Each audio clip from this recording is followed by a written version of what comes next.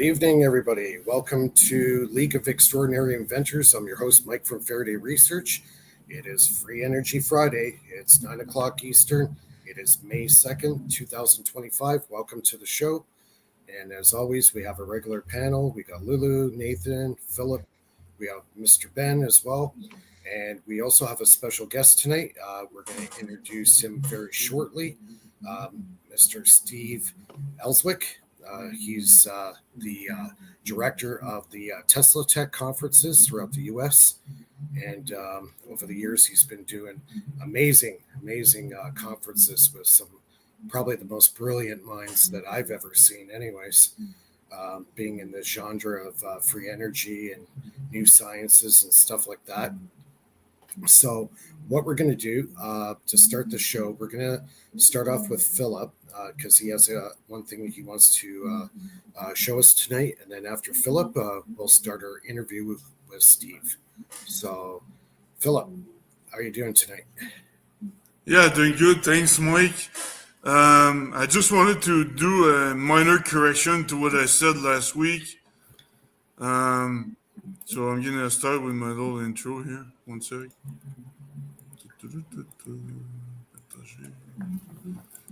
Screen.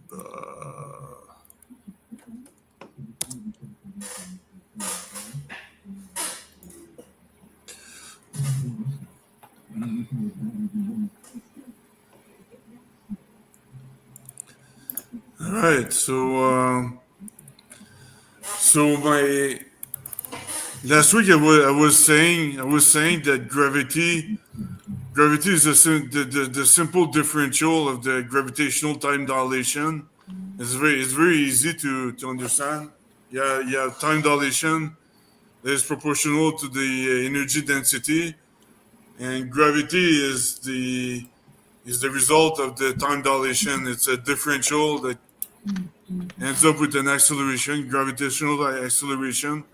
But last week I used the differential of time directly, but I should have used the differential of the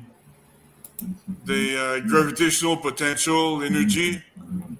Gravitational potential energy is you have to square the time or the speed, and you have to divide by 2. So you get the same results, minus 9.8 meters per second square acceleration on the surface of the Earth, and minus 274 meters per second square on the surface of the Sun. You get exactly the same thing, and but it's just that I wanted to make it consistent with my nuclear formula on section 3 of my paper. That you have the time rate or the time rate squared divided by 2 is actually a form of a kinetic energy, let's call it this way, or a gravitational potential energy. So it's a form of energy, and the differential is actually a force or an acceleration.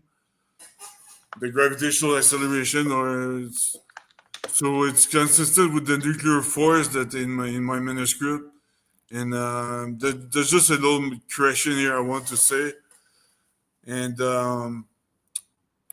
that's that, and it's very easy to test also the force field I was talking about last week is extremely easy to test. It's extremely easy to test, but I told the U.S. Navy on Sunday about it. I should have made them sign an NDA, but I didn't. So, but anyways, Uh-oh. yeah, That's a big um, oops. yeah, a little big blues. I could have been rich right now, but I'm not. So I screwed it up bad, very, very badly. And now they have it. What did you give them, Phil? Well, I said,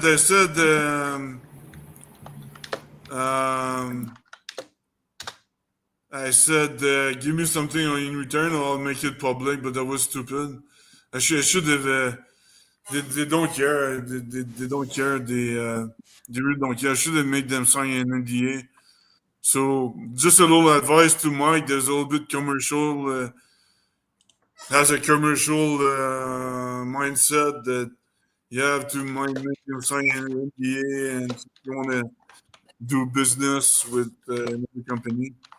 So, anyway, I screwed it up, but I'm gonna apply for a cohort in Palo Alto, California this year. Well, in May actually, and if I'm accepted, then they're gonna have an investment of $500,000 US from the ground up. So you're gonna have a business by July over there.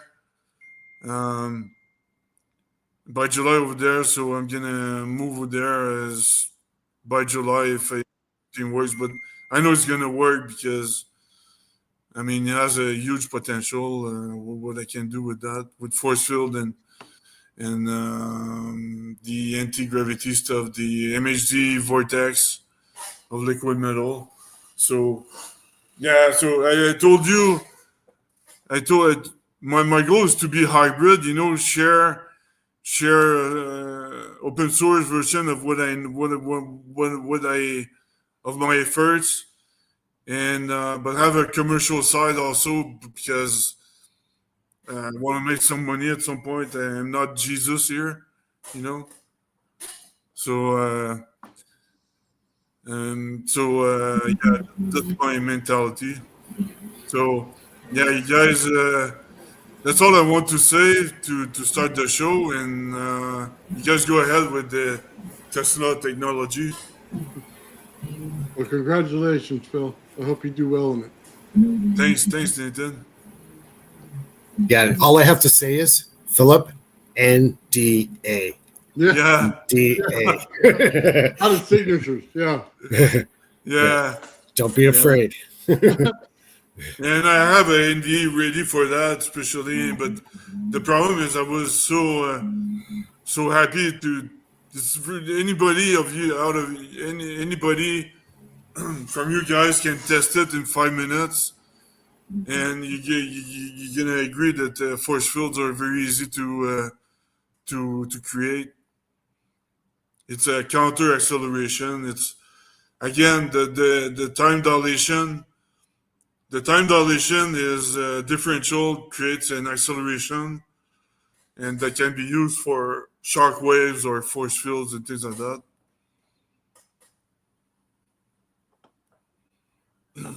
So yeah, Very excited. yeah. Force Very. field. Very You cool. gave force Mhm. field technology to the Navy for free.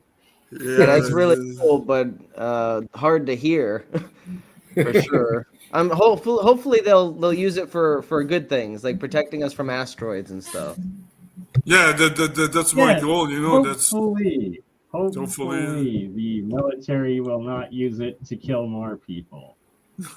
Yeah, no kidding. Got too much of that going on.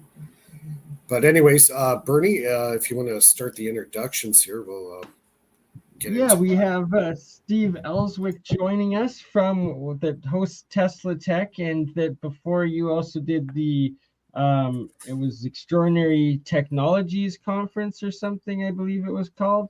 But the point being, everybody needs to go over on YouTube and subscribe to the Tesla Tech channel, as there are like 3 decades worth of the videos of the conferences that you've been hosting and recording and putting together, and that Steve is literally a legend in this field that has been bringing together and getting the presentations of all of, like, many of the people who have even passed now and passed on, but their knowledge and their technologies, their devices, all recorded and shared and available on Tesla Tech. Whether it's like, well, Rodin's still alive, but it's like Bendini, I think you had.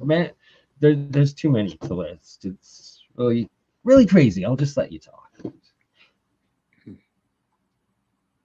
Steve? Okay. Yeah, so we have a conference coming up August 6th to 10th in Albuquerque, and we cover alternative energy and medicine. And I've been doing this since 1984. And on our YouTube channel, we have about 1,500 videos. We're up to 22,000 subscribers now. A subscription of free membership is $9.99 a month. It helps us survive. But I also like to invent too. In fact, later on, if you want to, I could tell you about the free energy device we built, and it lasted for 3 weeks. It just pulled the energy out of the air, and we were getting 300 amps. Oh, nice. From a yes. Okay, well, please do start with that. Go into detail, because this is both League of Extraordinary Inventors with Free Energy Friday. So what better topic than that from the inventor, Steve? Yeah, well, if you remember, Tesla built a car in the 1930s, and it was supposed to just operate off the ether and everything, and find that he's supposed to have done a test run on it, a demonstration. Then all of a sudden, all references to the car disappear, and he moves into the fanciest hotel in New York at that time. The Hotel New York was brand new. This was a Taj Mahal, was there, like a hospital in there. He had all these shops and everything, and he had a suite he lived in and a suite he worked out of. In the upper floors, they're paid for by Westinghouse. And that companies don't just give you money to give you money, So he, we believe that this thing is real. But anyway, fast forward to Arizona. What was that? About 1997, 98. I remember this guy by the name of Kipper, and he was talking to me about, how he can just, make this energy up, and I'm sure you've all heard of a free energy store, and that's why I had the conference. People can come up and demonstrate what they have, and Philip shouldn't feel so bad about, getting them the demonstration there, because I've found that when people try to do a demonstration on technology that's not their own, they're not very successful anyway. And you have your basis as being the expert on it, and that's your real security, is being the expert. That's what's up in that mind there. That's the important part.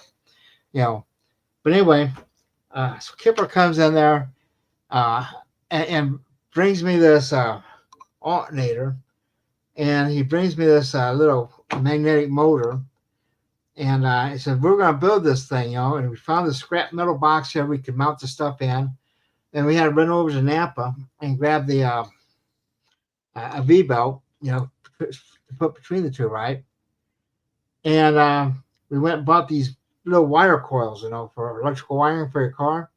And we get this, and he starts building this thing, and he grabs this wire and he pulls up, stretches out and then clips, Well, Kipper's about 6 feet, he's more than 6 feet. So that's about 6 feet of wire, And then he lets them go back together. It's like a mess. And what happened is that we took that, we wired it up, 2 wires from the alternator to a battery, and we used a dead battery. And this battery is like 9.2 volts or something. It was real low. And so we took from the alternator to the battery, and we took the 2 wires from the motor to the battery. So this is a motor generator. Theoretically, it should just when you plug it in, it's just should pull it down even lower. It shouldn't even run, right? It should just make that battery dead. So I'm just being okay, I guess condescending would be a word, letting him demonstrate, right? Because he's gonna fail. But anyway, he gets it, he hooks up the last wire, and then it's just like, you just hear the thing cracking, And I say, well, this ain't gonna work. And I spun that the alternator, pulley, to get it going. It's like, just slowly going, And he goes, oh, this ain't right. He gets in there, and he had this big bundle of coils there, He starts separating, And I thought, this guy, this is the worst wiring job I ever did, because when he had to go like, less than a foot, right? And here he has like 6 feet, 4 6-foot links. So he gets in there, he starts sprinting, and all of a sudden it's like, boom, and the thing just starts taking off faster and faster and faster. Now, you could fake a lot of stuff, but you can't fake a torque. It's either going to move or it's not going to move, And so he was going really fast. We're looking at the battery. The battery's charging up. You just see all this bubbling going on it. And I'm going, holy smokes, Kip.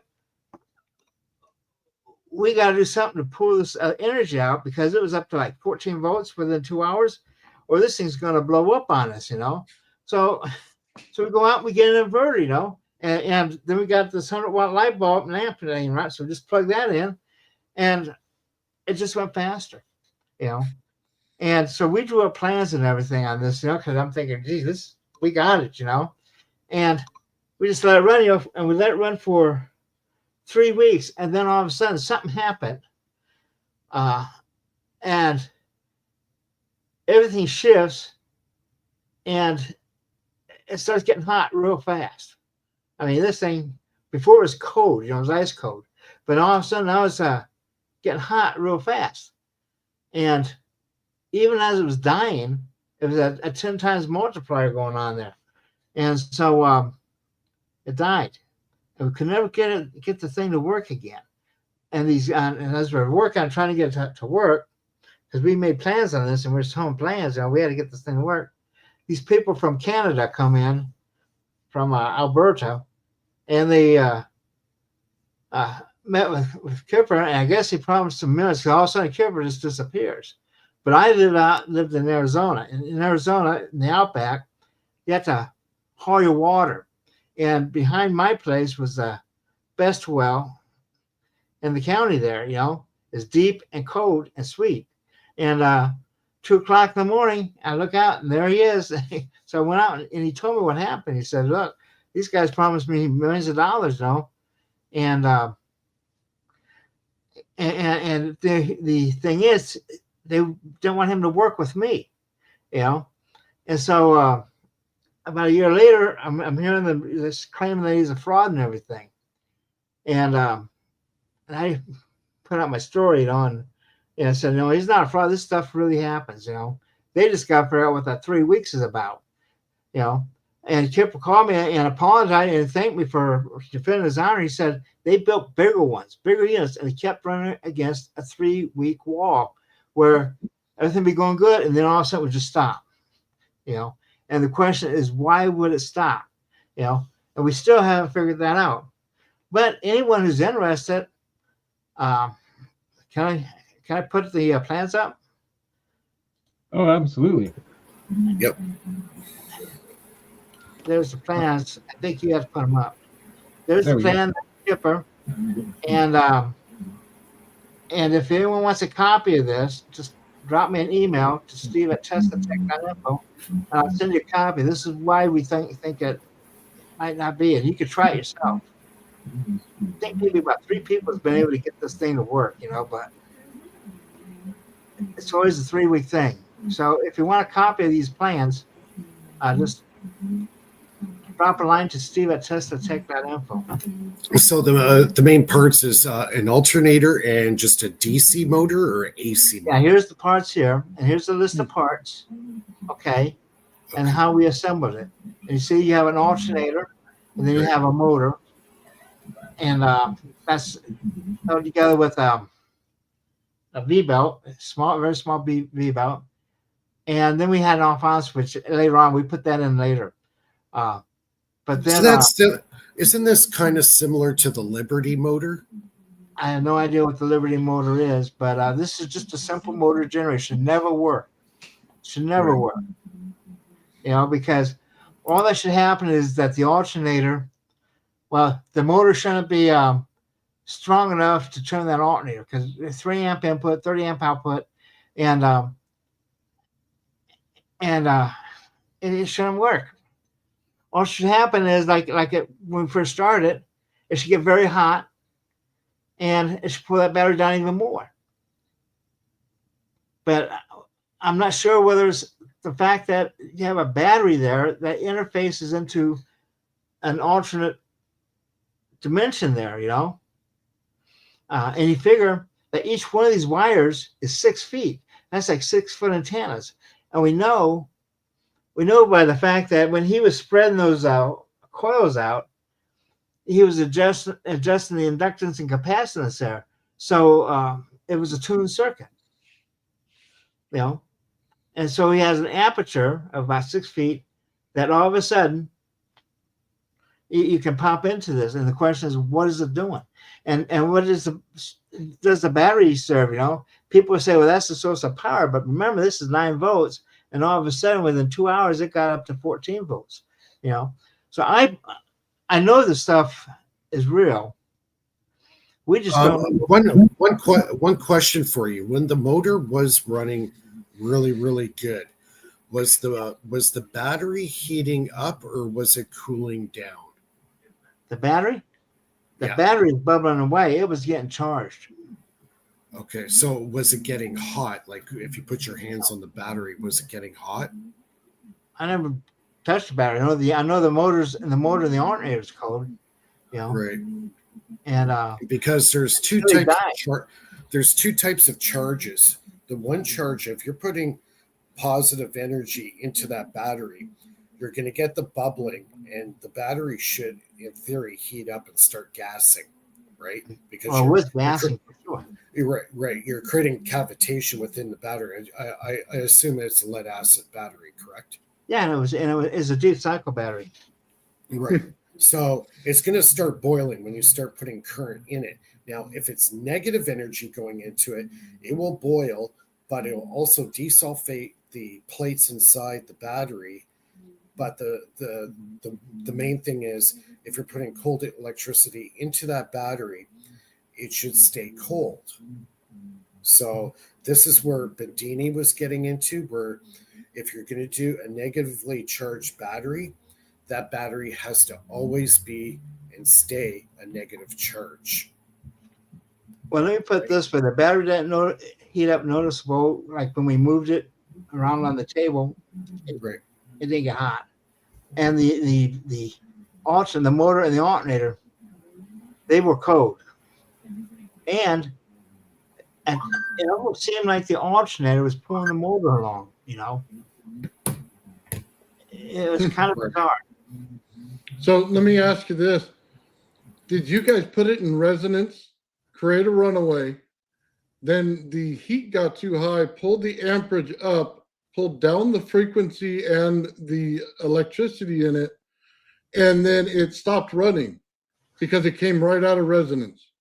So there was no heat up until 3 weeks later when it was dying. But you said the amperage jumped. So it went up in amperage before it died. Yeah, the system went out of it was going down. The amperage went down. The amperage went down and the voltage went up? Did you pull it out of the that's what I'm saying about the resonance. The amperage and the voltage have to stay steady the whole time to be in that resonance state to cause a runaway. If you pull either one of them out, you're pulling it right out of resonance. So when you hit a peak resonance point, there's zero resistance between the alternator and the motor. But when you pull it out of it, you'll hit massive resistance and it'll just tear it up. But we didn't pull it out of it. It did it on its own. Right, because it changed the value between the voltage and amperage. But that was after 3 weeks, and the question is what happened? I mean, like, did we punch a hole into another dimension? Like, you throw a rock into a tarp tar pit, and you get a hole quantum there, tunneling potentially. then it turns around and closes up behind itself. Did we do something like that? Well, Or- it's like Or it's is it like when you create resonance and you're going to create gold, and you don't account for the mass of the gold, you pull your coil out of resonance, and it no longer will create it any longer because you added something to it. You added mass to it. You could be adding heat to it. Either one pulls it out.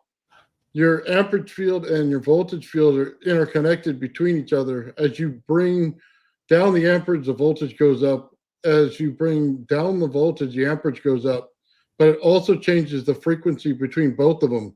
So you can hit a runaway and it'll run smooth, clean. It's like running a spark gap, and it goes at room temperature because you're in perfect resonance with it.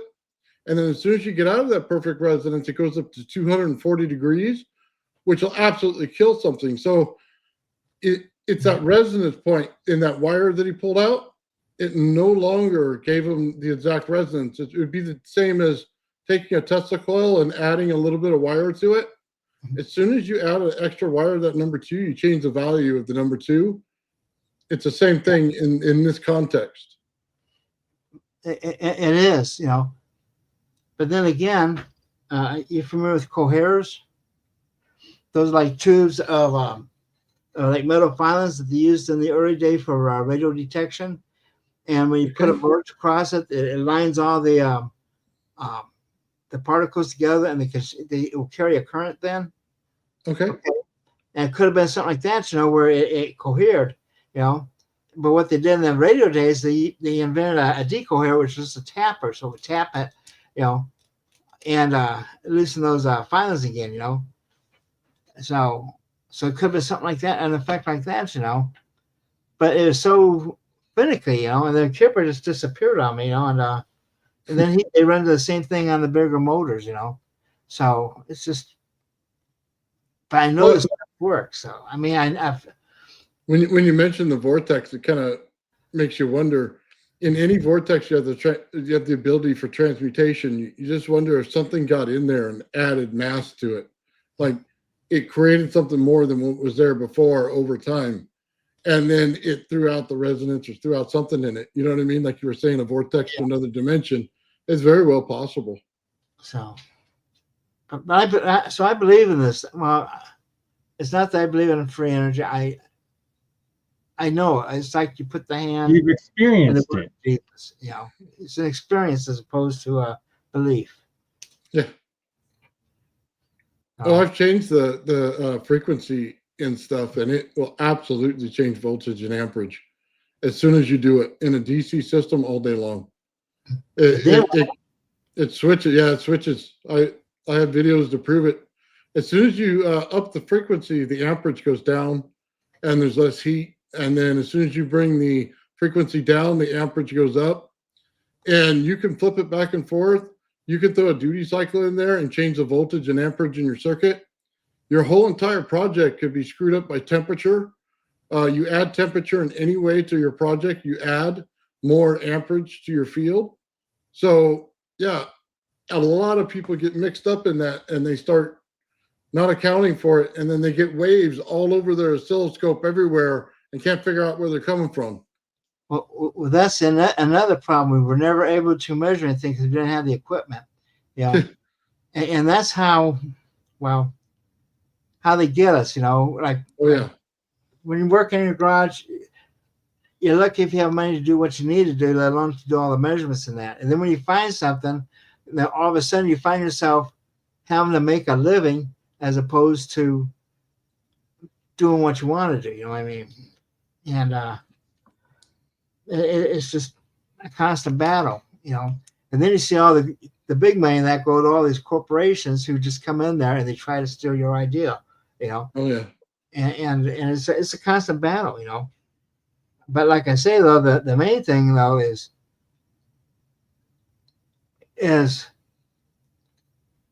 your mind, and as long as you're the expert, they could try to steal your idea and everything. But there's always a trick there involved, Mm-hmm. So, and Yeah, there's always a reason in cold energy circuit there is no resistor. There's always a reason they use NPNs, not PNPs.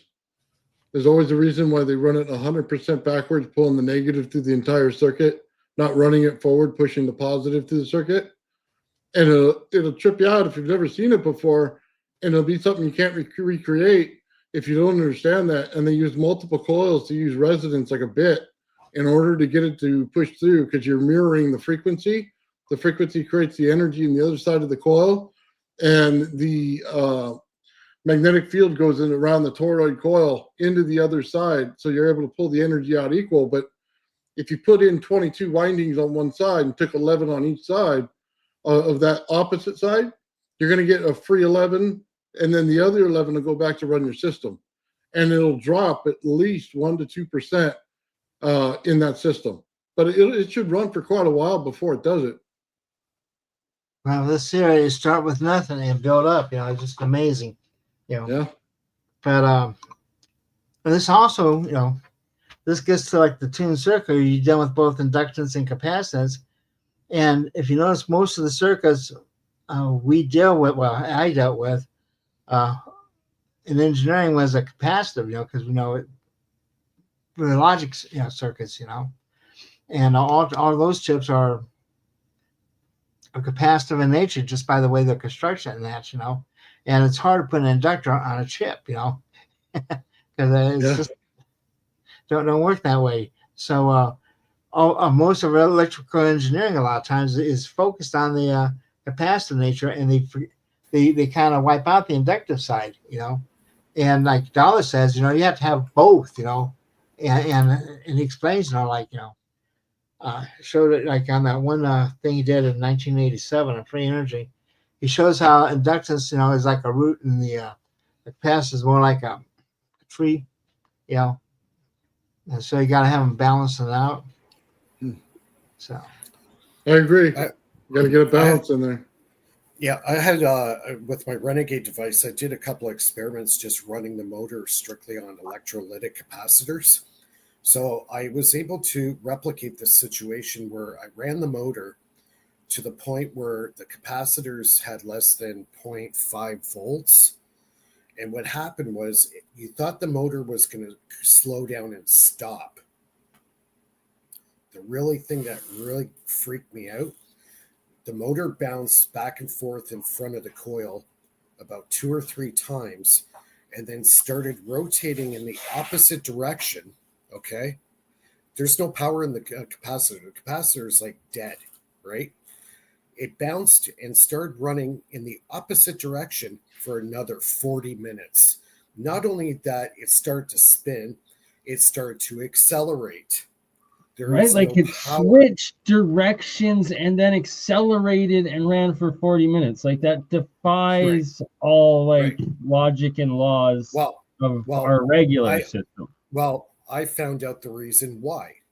So when you discharge a capacitor at a certain rate of time, okay, what happens is between the two plates, you have the dielectric. Well, when you discharge it, guess what happens?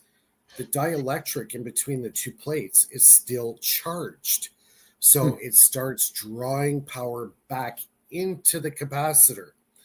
So when the wheel starts spinning in the opposite direction, the recoil from the coil is now, instead of shooting power out of the system, it's shooting power back into the system. You see? So it's actually creating a backwards voltage dielectric charge in the capacitor that it was like I replicated it about 10, 20 times. So it wasn't like a freak of nature. And it would run for excess of 40 minutes after they were totally discharged. So something interesting is happening between those plates inside the electrolytic capacitor. That dielectric is drawing power from somewhere. Now, where is it drawing it from? Well, I personally believe it's drawing it in from the ether, because that for the dielectric to stay charged, and actually it's collapsing in on itself, so it's drawing extra power into the system.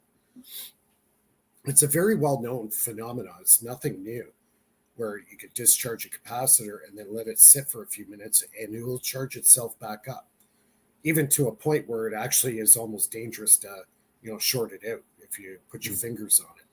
So it is a real phenomenon. It is definitely recognized by electrical engineers, but something like this that's already been proven to be real, how can we use that to our advantage in over unity motor generator? So that's kind of a question I have that, I could throw out there and say, okay, guys, go try figuring it out. You know what I mean? So if I could sustain that cycle and just swap it back and forth, in theory, it should run forever, right? Hey, Mike, can you remove that off the screen real quick? Oh, Yeah. The plan.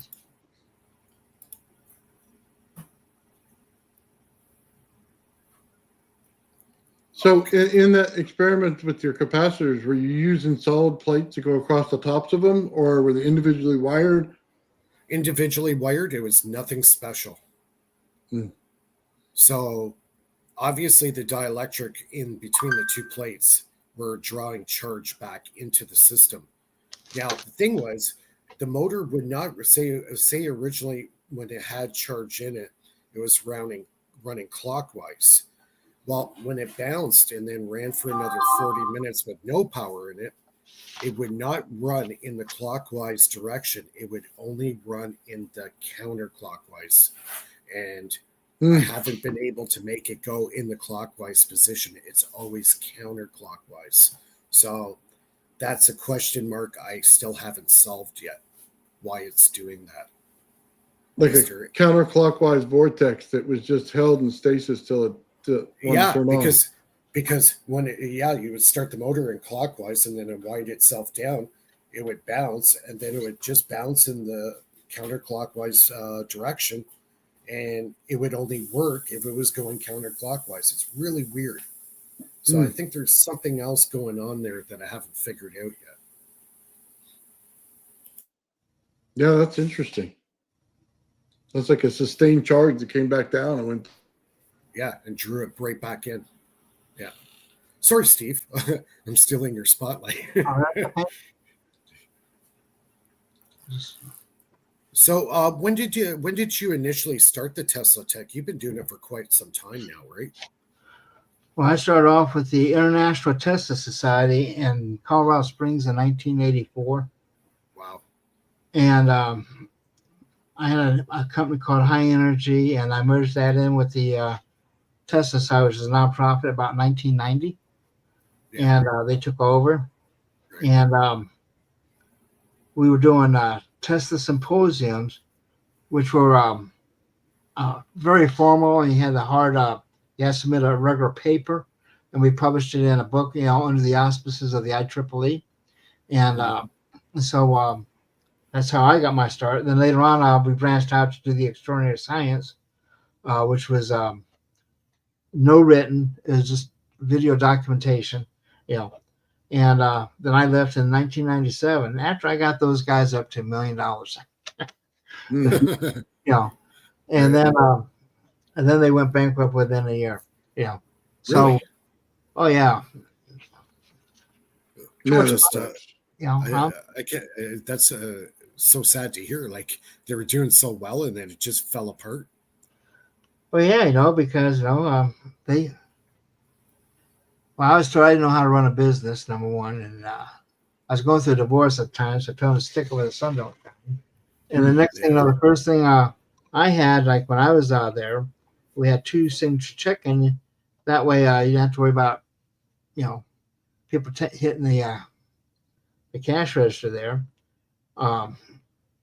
And as soon as I left, all of a sudden, it went to 1 signature check. And next thing you know, the president gets this allowance, cash allowance all of a sudden, so he could take people out to eat wrong, And next thing you know, they did a lot of stupid things, like they printed a catalog, they put the wrong telephone number on, and that killed them there. And then, especially in that day and age, hey? Yeah, and they were just coming out with the web at that time, and I got a grant, but I got a $5,000 grant to do a website, and I got a guy who was going to do it for free, and that way, we could keep it as a donation there, right? And they didn't like the guy, so they went out and hired this company for $10,000, paid them $5,000 up front on Friday, and on Monday they went bankrupt. So, I mean, Wow. and they went bankrupt within a very short time. However, when I sold to my company, High Energy Enterprises, I kept the property of the society as collateral. So I have videotapes now of all the videos we have. I just got to get them all converted to DVDs now, and I'll be putting those up, because I have a legal right to it, So Nice. Yeah. Over the years, did you have John Bedini in the conference, or? we didn't have John Bedini at our conferences. Although I think on 1984, I think he swung by in the back there and showed us his motor there. Oh, the And one we that actually built So one. he wasn't a presenter, but you're so legendary that he came by for it just to see. That's amazing. yeah, that's when he had the Ron Cole motor, which most of the Bendini technology is based on the Ron Cole design. But, Really, I didn't know that. Yeah. Huh. That's cool. But Bedini started, he was having those conferences up in Idaho with Peter Linneman, and Peter spoke at some of my And conferences. Aaron. So, Or I guess Aaron took over now. It was originally the Badlands conferences you're talking about with Lindemann and I know Borderland. You see, Borderland Science, well, they're still in existence. Borderland is out of Eureka now, but that's where Eric started with Borderland Science. And that was the best. Yeah, and then he split off with them, and then when Tom Brown went to New Zealand, and Eric, well, I don't know where Eric was, because he kind of floated, like he lived in the desert a lot, but he's up in the Idaho with Aaron now. He works with Aaron, and he has some books out too. But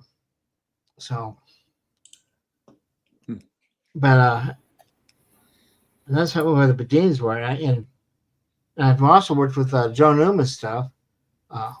Joseph Newman, yeah, he's one of my all-time favorites. That guy's a character. Yeah, he's like the best used car salesman anybody would ever want to meet. Well, he had Joe Newman, and then he had his guy, his sidekick there. I can't remember. I'm trying to remember the guy's name. Soule, I think it was something like that, some French name. But that guy there, they come to my conference one time, and he's wearing like one of those fancy caps, like you've seen on the Flim Flam Man, complete with a striped suit and a cane. But they had a pretty good demonstration, though, with the pump and everything, and the way he charges those motors, and I believe in the Newman stuff too, but he uses so much wire. They think that by the time it got to the end of the wire, he was catching the back EMF, is the way it's kind of working, The wire was a lot of wire, Yeah, that was only a downfall with his motor. Like, his theory is correct, but the amount of copper wire needed, like when he put out the actual schematic for his motor, the sweet spot starts about 270 pounds. So I don't know about you, that's a lot of copper wire. Yeah. Yeah, 270 pounds. Yeah, and that's And big then- bucks now. And then with Joseph Newman, if you look at his device on TV there, when he was on TV, look how big that unit was. Yeah. Oh yeah, his big Eureka weighed 4,000 pounds. Don't drop it on your foot. Yeah. Exactly. Getting his But- wire delivered on a semi. Yeah, I think the big problem with his motor was, to a lot of investors, it didn't look very practical because of the sheer size. And that was an issue. I think they wanted something that was a little bit more portable, that you could use to run your house or whatever. But I think he just wanted to prove the fact that a big motor with a lot of, copper wire on it and just putting voltage into it and hardly any current, you could get a huge COP rating. Now, where everybody went wrong with this device, they were basing the COP on the power coming out of the system versus going in.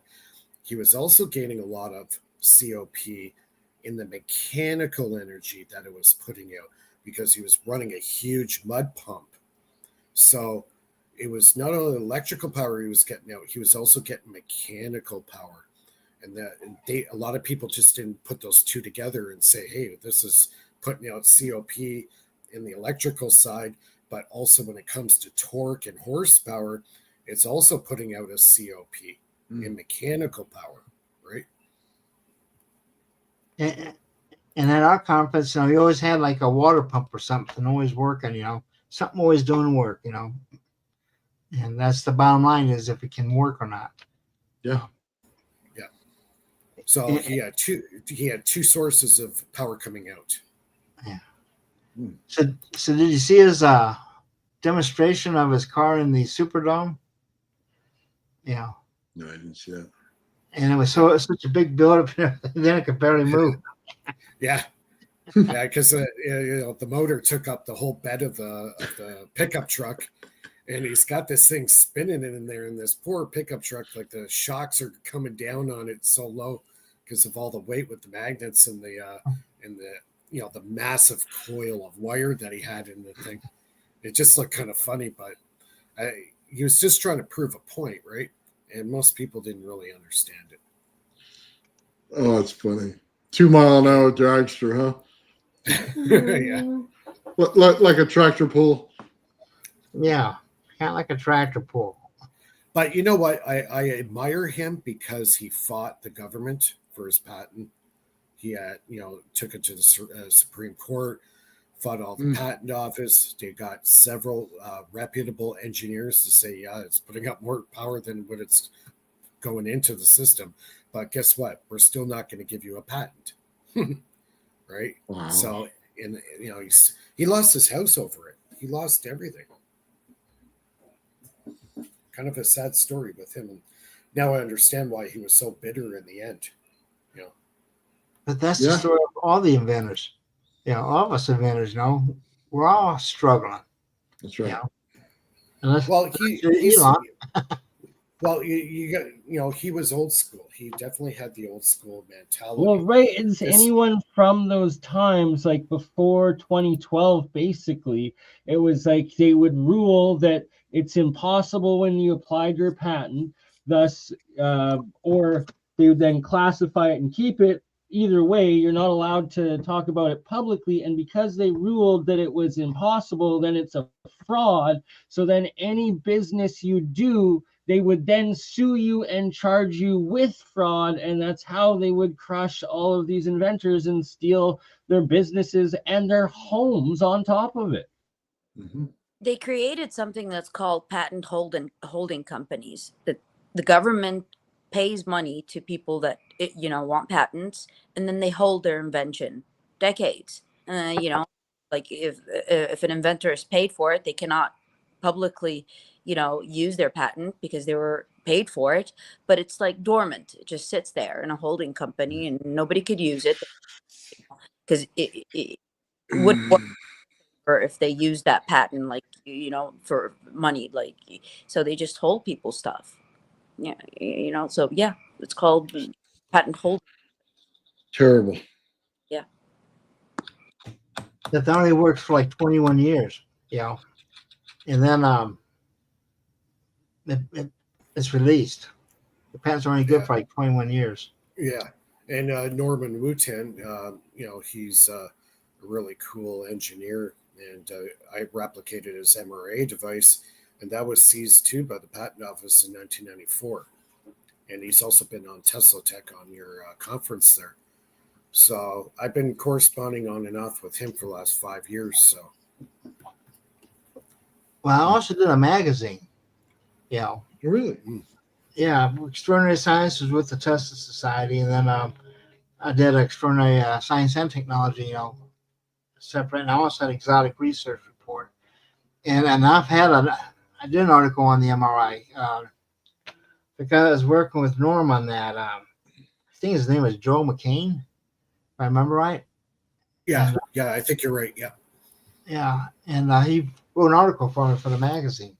You know, so I have all that stuff in storage. You know, that's one of the reasons I want to get into a bigger spot so I can get all this stuff out and start going through it. Because I don't know if you ever heard of Andrea Puharich. He was one of the guys that went with Kasanovich to pick up Tesla's trunks when they were released, you know, by the alien property. And I have some manuscript from. Yes, he was like either like a nephew of Tesla's or something, or he was like the younger guy that worked with Tesla, right? Like No. He was or a the relative. opposite. He was a the relative. government. I think it's Yeah, just a relative. he is a Yugoslavian friend, you know, the Kasanoviches and that. Kasanovich, I think they were the relatives. My mother's actually Yugoslavian, so Yeah. I know. Yeah. Yeah, and so Kasanovich is the one that picked up those trunks, and all that stuff got shipped over to the museum there. Yeah. You know, but I just know Puharich made copies of a lot of that stuff in there, and I have some of his manuscripts that were never published. You know, so. Well, I know John Trump, he seized quite a bit of his stuff that never got released. You know, they got a lot of stuff released, but there was a great deal of stuff that didn't get released by John Trump. So, Well, now apparently, Mr. Trump, your president there, he apparently was in his laboratory showing him some of the devices. Yeah. So That's cool. Apparently, Donald Trump wants to get some of these devices out. well, I don't see how that'd be possible because how old is Trump? Trump is now, he's 78 or 79 now. Yeah, and Tesla died in 43. No, his uncle, John Trump, Yeah. was the guy who seized all the stuff. So And I think he was wasn't he the FBI agent that was outside the door? yeah. He was there the day they seized all his documents at his hotel. And I actually seen that hotel. I walked by it when I was in New York City there a few years back. So Isn't it amazing how he was just outside the door when Tesla died? yeah. Yeah. That wasn't coincidence. Yeah, I have a feeling. See, a lot of people don't know. I think it was about a month earlier, Tesla got hit by a taxi cab. Yeah. And he was injured. Now, I don't know if that was an attempt to take him out, but anything's possible, right? It could have been just a fluke that he got hit by a cab, or it was meant to happen. So I don't know. It's kind of one of those things we'll never really find out, right? Yeah. Gotta be there Yeah.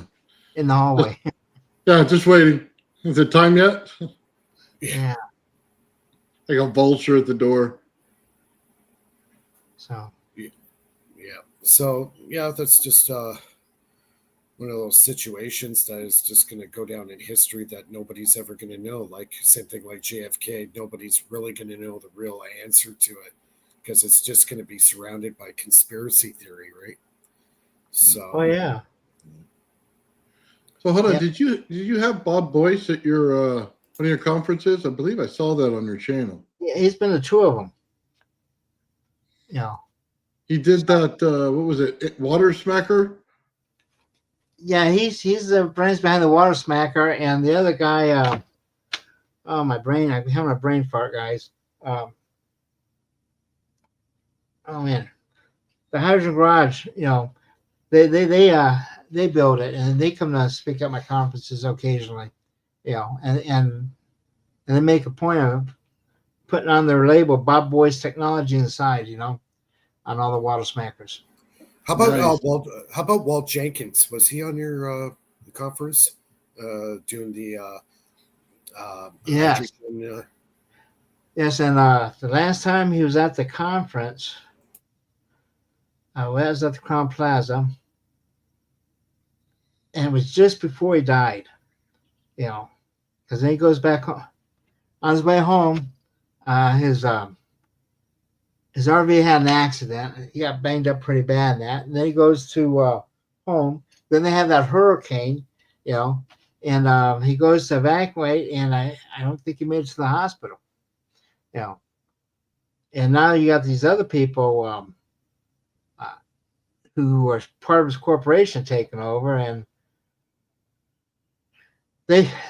I don't think they like us because we put so much stuff about Walt Jenkins and the technology out there. They really don't like that. And they're so secretive about it and everything, but, it gets back to it. Like the guy who's doing the inventing, that's the guy. It's all in the brain, It's what's in the guy's brain, who can see things different than what you do, And that altered state is the real secret, And That's right.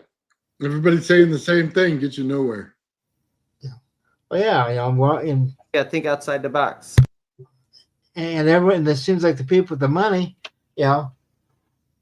they think that they are entitled to everything just because they have money, And look at Elon. I mean, he thinks he's an inventor. He never really invented anything. It's his money. His family's money. He's a con man. He's a showman. Yeah, he's a charlatan. I mean, he's Like he paid a lot of good money for those inventors to work. Well, what's really bad Also about paid it, a lot of good money for video game clout. yeah. Well, did you see that test they have? Like they take a screen, they put it on a highway, okay, and they put this dummy on the other side of it, and they drive these self-driving cars at it, right? Oh, And the cheap models, okay, will stop. But Elon's Tesla model will run right through that and slam into the dummy, And you're paying a premium price, but you're not getting a premium product. He's cheaping it out. yeah. It's Yeah. because You see the visuals like that people have released of the Tesla, what it sees? because it's using all optical and it's not using a LiDAR like the other cars are doing because he's too cheap to put it in his car, and it's dangerous, Yeah. And it's a shame because you're paying a premium price. Yeah. Yeah, he's basing all the product on a brand, right? It's like having a And then look at all this money going to SpaceX and that. I mean, that's old technology. I worked on the space shuttle, I worked on the seats, Nice. but that's old technology, and it's not even up to par with the Saturn V, I bet, when you get down to it. And yeah, exactly. It's archaic technology. This stuff is so out of date. Even the space shuttle, like we all know, the black programs are out there. They have worked on exotic propulsion. Why not use it for space exploration? Or if they are and they're doing it in secret, well, I think the taxpayer should be informed where their dollars are going to. And I think that's where a lot of people have a problem with the black budget programs, what their money is going to pay for. And as a taxpayer, I'm not American, but as you guys are, I think you have every right to know where those tax dollars are going.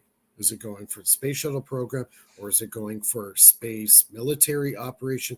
You guys should have the right to know where those tax dollars are being spent. well, I think to a point though,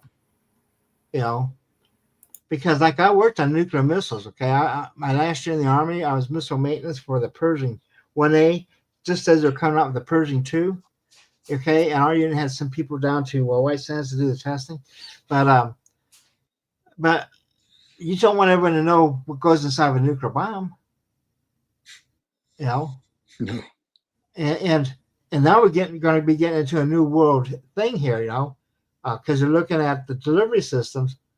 And if you look at Star Trek, well, the only movie that had it right is Stargate, where they took that nuclear device and they beamed it up into the aliens' ship. Mhm. Yeah. So how do you defend against that? You just don't. But I remember in 1984 when I was going to school, I was a senior at that time, or the late senior because I went in the military for about 10 years. But anyway, the Air Force guys gave me a bunch of posters to hand out, and they were like, the 21st century Air Force, and they had like what I believe is the Aurora, and I'm handing these things out, and a couple of weeks later they come to, remember those posters we gave you? What did you do with them? I said, well, I gave them out. He goes, oh, those are classified. And so I believe that was the Aurora, and I believe that they are using electrogravitics, drives and everything. Oh yeah. No doubt. And the reason that they pulled out of the shuttle is being part of a NASA, they had to share a lot of that technology. Okay. And by getting out of NASA, they can block that off. But I believe that they're using that stuff, and all the SpaceX stuff is just a show, because we had enough parts to make another shuttle, but they refused to let us build it, and Martin Marietta and Lockheed and Rockwell, they were going to go together and put it together and fly it on their own, but they would never let them do that. But now you got Elon out here with SpaceX, and the other Bezos with his Blue Orbital or something like that. and so technology, it's just to keep us occupied, thinking we're really advancing, and that's that, like the lasers, in 1984, on one of the road trips that the Air Force took us on, was down in Albuquerque at Kirkland, and they had the airborne laser right there, and they just figured out how to focus that beam in an atmosphere, and so that was in 1984, and I'm right there, seeing this stuff, and they had this laser, they flipped the switch on, and it had this huge piece of metal there, and it put a hole about, 2 feet in diameter. Punch that thing in just a second. They just flip the switch, you see a blue light, and boom, you see all this metal just drop to the floor. Nice. It's about 3 or 4 inches thick there, It's just, wow, And they're showing us this because they were trying to get us to recruit us as scientists in the Air Force, see. So they were showing us the, it's Dragon Speech now. They were doing in the back rooms of the Air Force Academy when I was going to school, and this is all at the very beginning, MS-DOS was king at that time, Oh, wow. That's. That was a long time ago. Yeah. And one of my first jobs I worked on to do our program, and we were doing it all on the Fairchilds, ones and zeros. You just flip the switch, 1 or 0, So we put your program in, flip them up, and you push the button, you flip them up, And that's how you got your codes in there. And now these guys, had all these super high level languages. What you see is what you get. Unbelievable. To this day, I still trust coding more than the what you see, what you get. On my website, on the .info, that's all straight HTML, hand coded, by hand using an editor, Nice. the old-fashioned way. Yeah, that's the way I started too, HTML. Yeah, I still do. And they changed it a little bit because I could see some things looking squirrely. I gotta go change my thing now because they changed the meaning of the code, So yeah, the platform changes. Yeah, it's really cool. So as far as Tesla Tech, you have a conference coming up soon, right? Right, and our information is on our website, teslatech.info. And if you go there and you click on the big red panel there, big red button there, it'll take you right to the program. If people send me an email, steve@teslatech.info. I can send them a copy of that Kipper plan that we had up there. Okay. Very nice. I send them that PDF.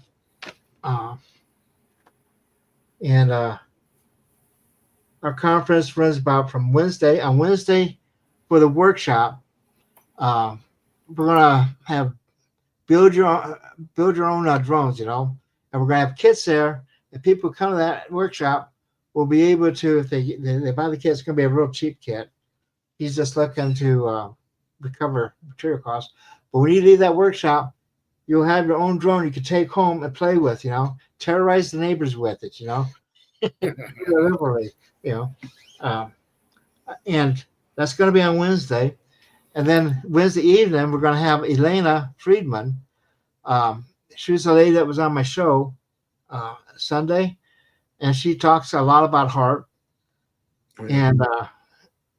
And HARP almost got me killed. That's when they attacked me with an electromagnetic wave. It took me 6 months to recover from, and I know it was them. And that's what I did. I put together a book on mind control. I put together a book on non-lethal weapons because I had to figure out if I was going crazy, because I couldn't even sit in front of a computer, at one point, because I was so sensitized to the fields, Well, why would they want to attack you?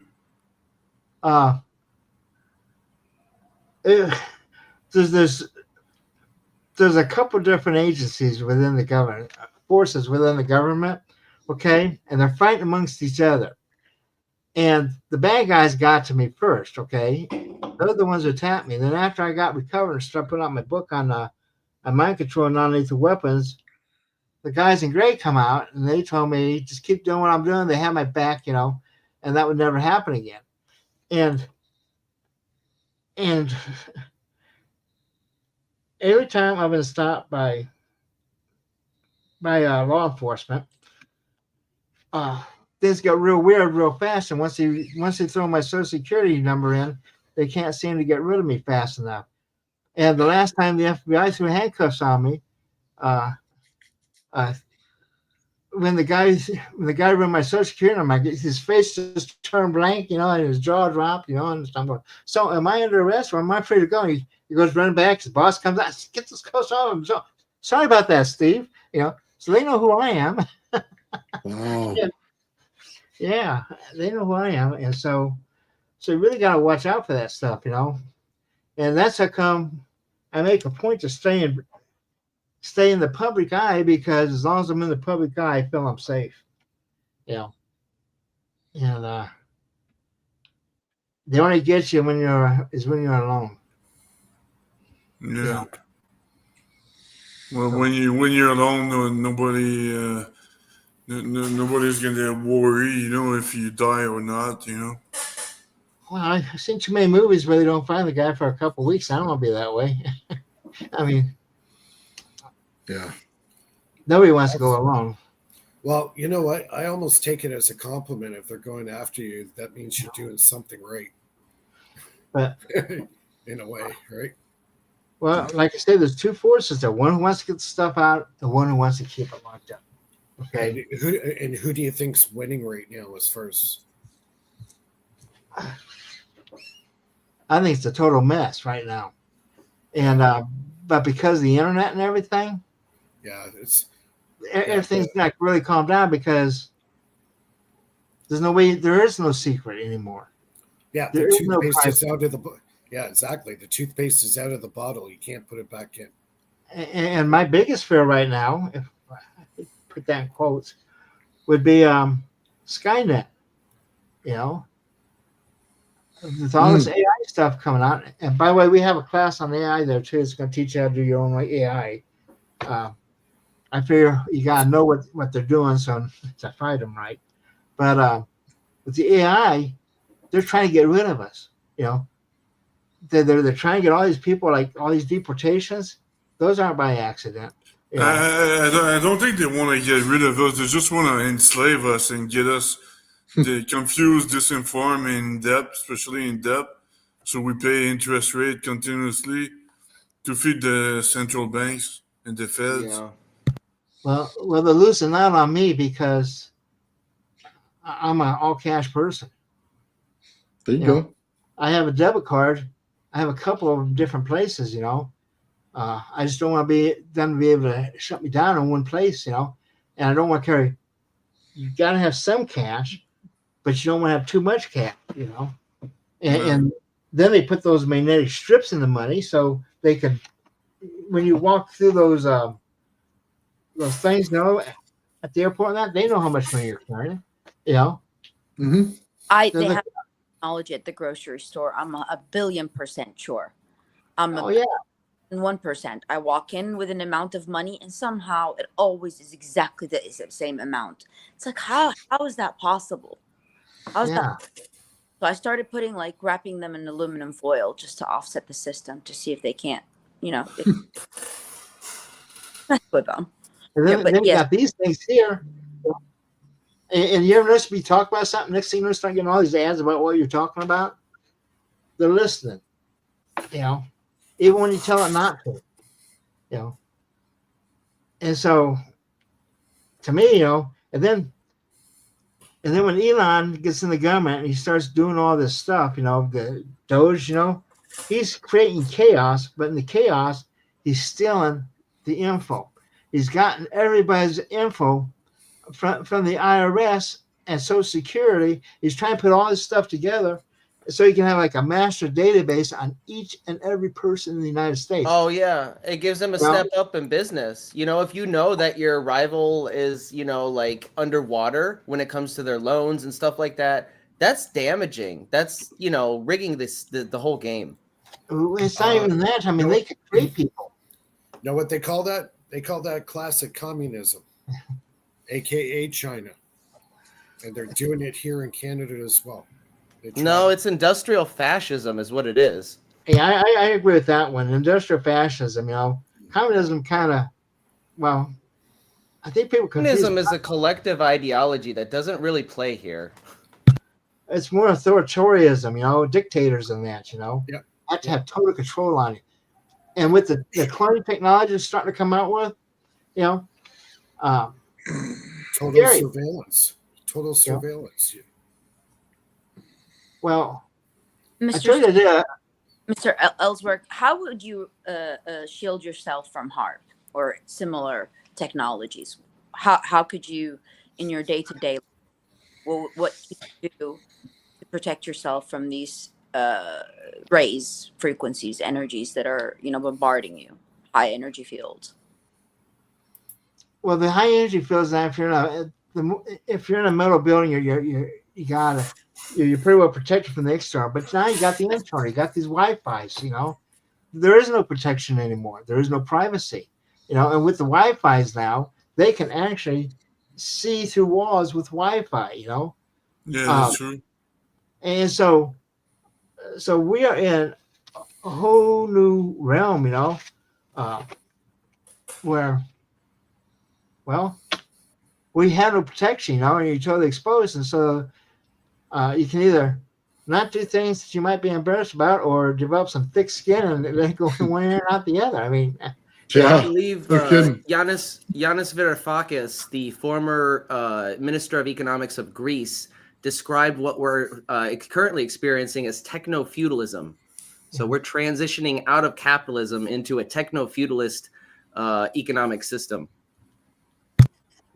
And if you get to where I'm going, you get in the middle of nowhere, it won't matter as much, and become more self-sufficient, as much as you can, but there is no protection, I try not to use, like I'm getting ready to move, and when I move, I won't have Cox cable or Mediacom. I'll have to rely on like SpaceLink or Starlink or whatever, and then they also have Earthlink. And I'll probably go with Earthlink because not only are they cheaper, they're higher throughput, as they're stationary. Whereas the other ones are rotating all the time, they're switching over. So I'm going to go with the stationary one, I think. Or let's have a good Wi-Fi in there, or if they have DSL, and that's another thing. People don't understand DSL. They think it's slow, but but when you look at the speeds of DSL, they're quite high, and on a cable, every time you add a person onto it, it slows it down a little bit, Yeah. And if you live out in the middle of that's nowhere, true. like I did back when I lived in Queen Valley, I was the last guy in the line, so it was like crack the whip, and so my signal was all over the place, and it was so bad, they paid me back for 2 years of telephone service because they couldn't even understand what I was saying. Their noise was so bad. That's terrible. And I ended up getting DSL, which was super fast, and it was within a mile of the optical cable. So I got high speed, that way. There you go. And so I guess you just got to watch everything, like even we have no control over our lives anymore. The food you eat, here they put all kinds of garbage in it these days, and not everybody can grow their own, and so just be aware and try to avoid things when you can. Yeah, I was hoping Kennedy, when he got in there, would take out some of those artificial food flavorings and stuff like that and kind of help us clean out some of that stuff in the food industry. Well, he's trying to, but he's getting his he's running into difficulties, too. Yeah. And the YouTube keeps pulling some of my videos. I have over about around 1,500 videos up there. A lot more from Global Sciences. They talk about vaccines and all these. Yeah. And it seems like those they've been trying to hit me. I only had about 5 pulled so far, maybe 6. But still, I don't think they should have ever been pulled, And so if you get a chance, check out those older ones. I mean, a lot of these guys aren't with us any longer. And this Real ID now, it took them 20 years to get that Real ID to the point where it is now. And now they're forcing it to have it, the Real ID. And the reason it took 20 years is because we don't want them to have that much information about us. We never did, The states don't want it either, But now they were kind of forced into it, and now you won't even be able to fly without it. It gets back to control, And now that Elon has access of all your information, the question is, how do you put the genie back in the bottle? And I think it's going to be a long time before we get to that point where we can. Yeah, he just quit today. You know that, right? He they did a press conference and they named that kid, what was his name? Big Balls. He's taking over for they announced it on Fox News. Big headliner, Big Balls. Dude, I was dying. I mean, right there on the news, man. I had to click on the button because it said it. Like, who says that? They put that guy in charge? What? Dude, I don't know if they put him in charge or what, but they had a big story on there. Him sitting in there with the president and Elon as Elon quit. And then they announced Big Balls. And I'm going. Dude, you can't write this. No, you can't. It was the best, dude. Like, no matter which side you're on, that was funny. Was he wearing his 2 hats in that one? No, I think he was just wearing one. One, yeah. Oh, some young kid, too. That's what even made it funnier. The thing is, they have all these young kids making all these changes. They don't know what the hell they're doing, I mean, they don't have any work experience, and they're good at following orders. They're good sheep. That's what they are. Well, the people giving the orders don't know what to tell them to do because, unless you're doing it, you really don't know what you're doing. I mean, when I went to work for Sperry, out of college, fresh students, and got this new job, and I go to work and all I'm doing is sitting right next to this old guy watching him punch in numbers and flipping switches and everything. Is like, and he's not saying anything. He's not telling you what he's doing, After 2 weeks, it's like, wait, what the hell are you doing? Why don't you explain this to us? It's got to be awkward. And then he started, opening up and kind of telling us, and then when they were putting in a new system for ordering parts, and it was going to be a corporate-wide effort, you know, and then over about 3 or 4 factories, you know, and then our unit, because we bought the stuff, we inspect the stuff, and all this information had to be transferred. And so they're doing a unified system, you know. They had a whole crew of people there, and they always had one guy come and sit with us, you know, for a week at a time, and we'd be telling him what we were doing and what we were putting in and that and what we were looking for. And he'd be taking his notes. He'd go back and they make changes to the program. And then they'd have us come in on weekends and put garbage into the system just to see if we could break it. And you don't see that happening here. So they're not even putting any kind of thought, no testing, no nothing, you know. And so, yeah, I'm worried about my Social Security check because, you know, the worst thing that can happen to you is they put you as dead. Then when you're dead, you know how hard it is to prove you're alive? You know? Once they mark you as dead, and it's a nightmare. And this idea they're paying millions of people, dead people, money, that ain't happening. You know that ain't happening because they know who's dead and who's not. For the most part, unless you die and someone puts you in a freezer and is taking your check, you know, and the government can't do really anything about that, you know, unless you're going to have nationwide freezer checks every week or something. I mean, so I don't know. So, but how come a whole bunch of dead people voted Democrats a couple of years ago? I don't understand. Well, I grew up south of Chicago, and they claim that 300 people jumped out of the graves and voted for John Kennedy. That's all. That's all misinformation. That's all misinformation. Statistically, voter fraud is very, very insignificant. It rarely happens because of the consequences, and it's so hard to do. Except for all the people that got arrested and in court for it. It's about creating those people that don't exist to like for black budget funding. So if these people really, they created them out of thin air, they don't exist, but they somehow, you know, for government money. Well, that money is called the black budget.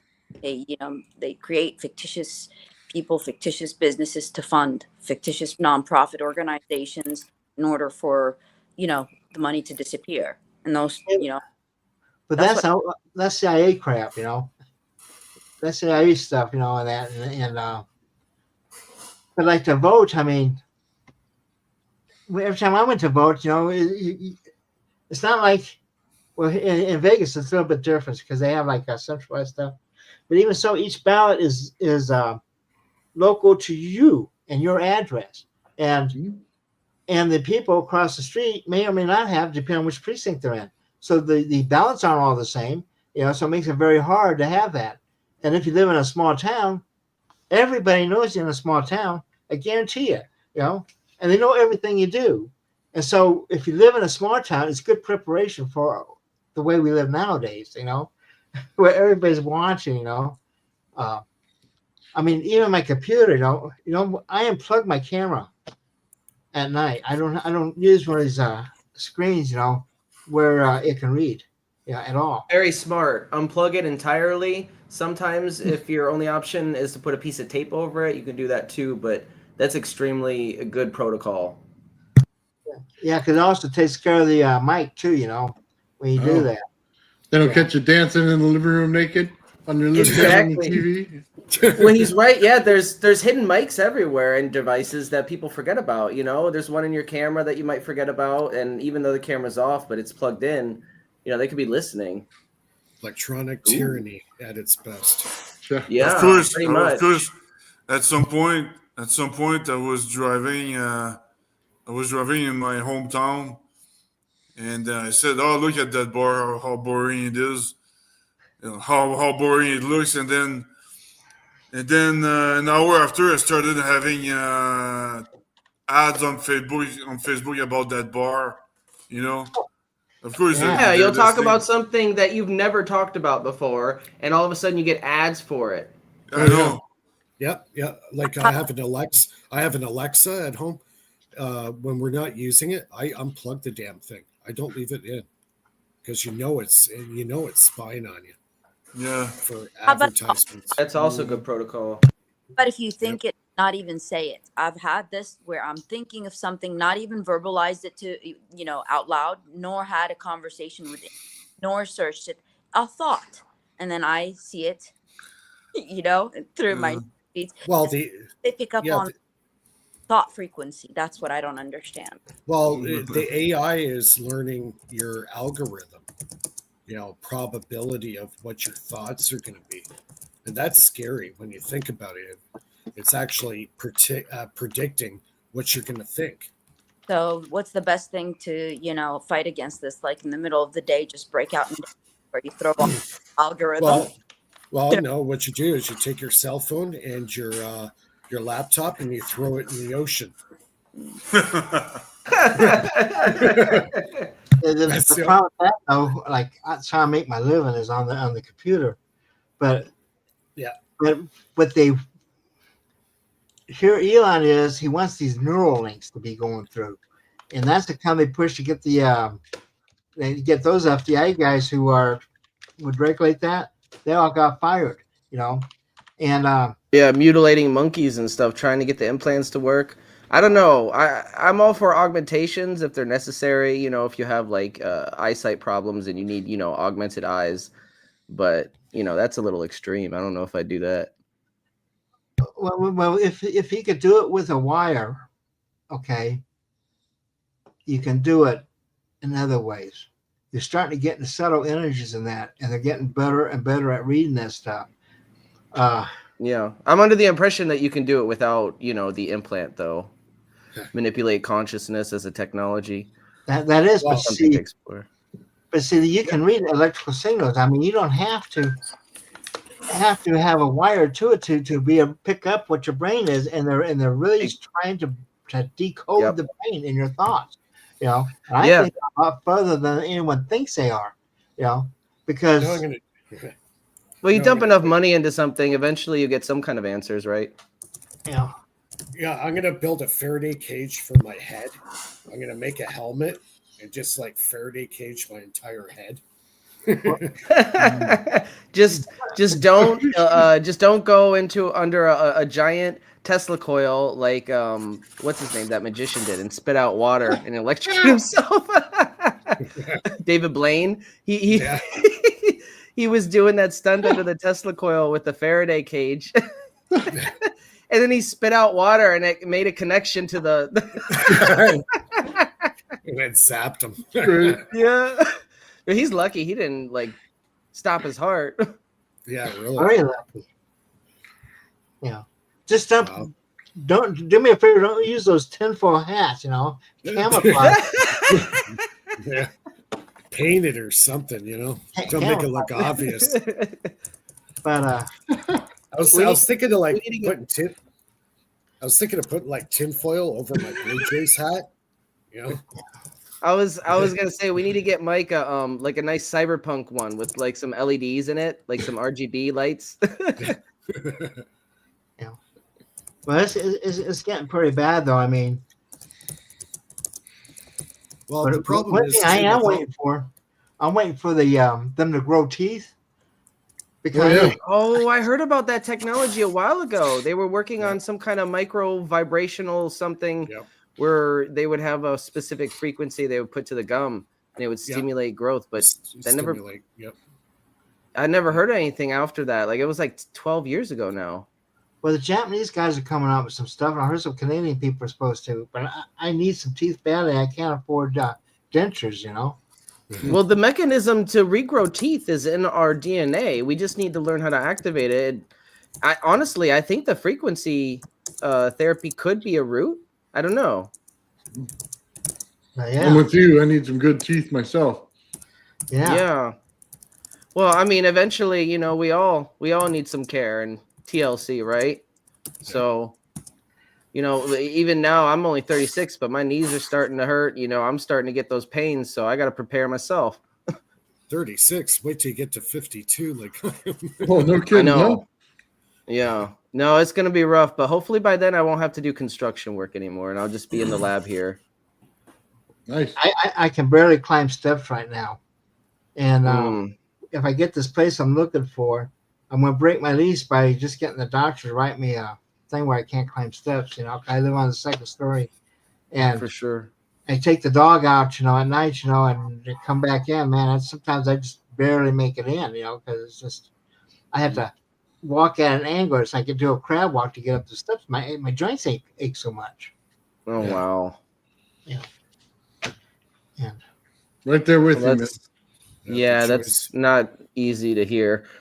yeah, well, we're all going to end up going one way or the other. We don't get out of here alive. That's Gracefully, right? Yeah. I hope as quickly I don't see it coming. Yeah. Yeah. And Well, I think a good thing is to stay active. My grandpa, he's 90, and he's, the reason why he's so sharp at his age is, he's been active doing things, even if it's not like anything that's going to be somewhat productive, just keeping busy. Yeah. Apparently, I heard today they came up with some study, and they're saying that if you have strong legs, they say your chances of living a longer life goes up by like 30%. Yeah, That's interesting. I practice, but the other thing is, I practice Taekwondo since I'm a teenager and Muay Thai, so Nice. it builds up your legs. And I did weightlifting for my legs too, but Phil doesn't skip leg day, huh? He does his squats. But most importantly, man, it gives you a boost in hockey, man. When you can, I was able to outburst anybody when I was playing hockey. No, you're right. So When I was younger, I took Taekwondo briefly, but I know, like, just, stretching, and it gives you agility. It makes you faster and quicker. Even it doesn't matter how much you weigh or how big you are, you still end up quicker and more agile after, some Taekwondo. If I had kids, I would teach them Taekwondo and followed by hockey and so on. But it's the roots. It's the roots. Yeah, I loved it. How do you? That's probably what Connor McDavid is doing. The hockey player McDavid. I forgot his first name, but he skates so fast. The guy is so fast. Connor. He probably worked a lot on his legs. Yeah. Huh. Interesting. Gonna pop in one of those Buns of Steel videos every once in a while. Exactly. I'll get my transducers. Oh my God, I'll get my transducers from my Renegade device, and I'll put one on each cheek. You guys.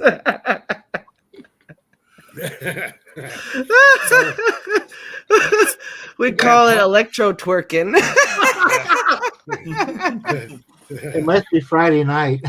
Yeah, that's it. Sorry, Steve. Hey. Steve, I apologize. We call this going off the rails, and from time to time we do that. Yeah, sometimes you just got to Tesla twerk. Tesla twerk. Oh man. It's funny. Hey, what happens to the panels? With us in it, the cartoon that Nathan and Ben had. What happened to the cartoons? Oh, sorry. We usually do things in a group, man, and there's not a group to do it in right now, so I'll have to wait. Yeah. Those things are great, though. I would take everybody's voice, man, and what they said and twist it around to a Star Trek episode that made absolutely no sense, but was hilarious to listen to. Yeah. It's like those old Japanese anime shows that make absolutely no sense whatsoever, but they're so awesome to watch. And they have big eyes. They have big eyes, and they always like crying for like. You can't see their face for like 10 seconds. It also reminded me a little bit of what was that movie, Kung Pao Enter the Fist, where he used a bunch of old footage and then implemented himself in there and reworked the story. Well, we that's still fun. we still have to do one with our whole group on the International Space Station. Oh, I think that'll be a hit. we talked about making it into a 7-Eleven on the way. Yeah. That was great. And we'll put Gerald in the rubber room, and yeah. Rubber room, is he gonna be bouncing around? Yeah.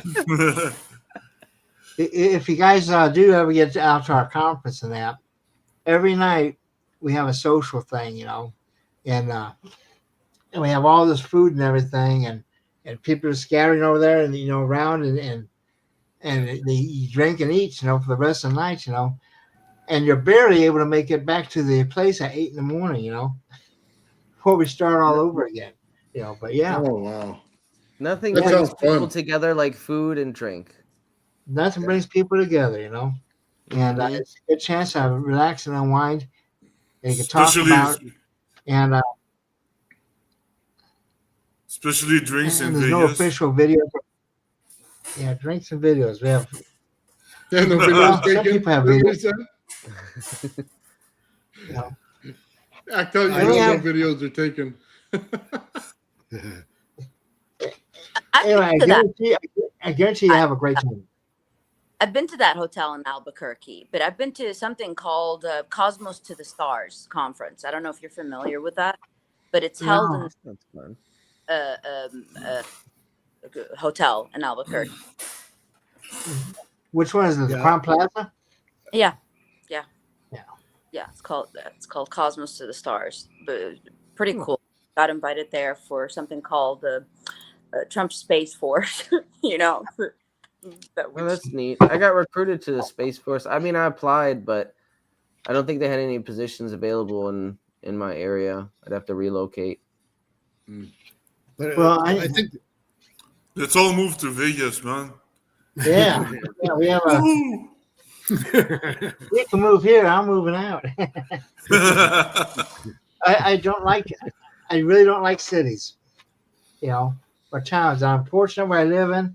It's at the edge, and I'm 5 miles from the back gate of a Lake Mead, and it was Nice. kind of country there, but in the last 5 years, it's totally built up, and you have all this new construction there and everything.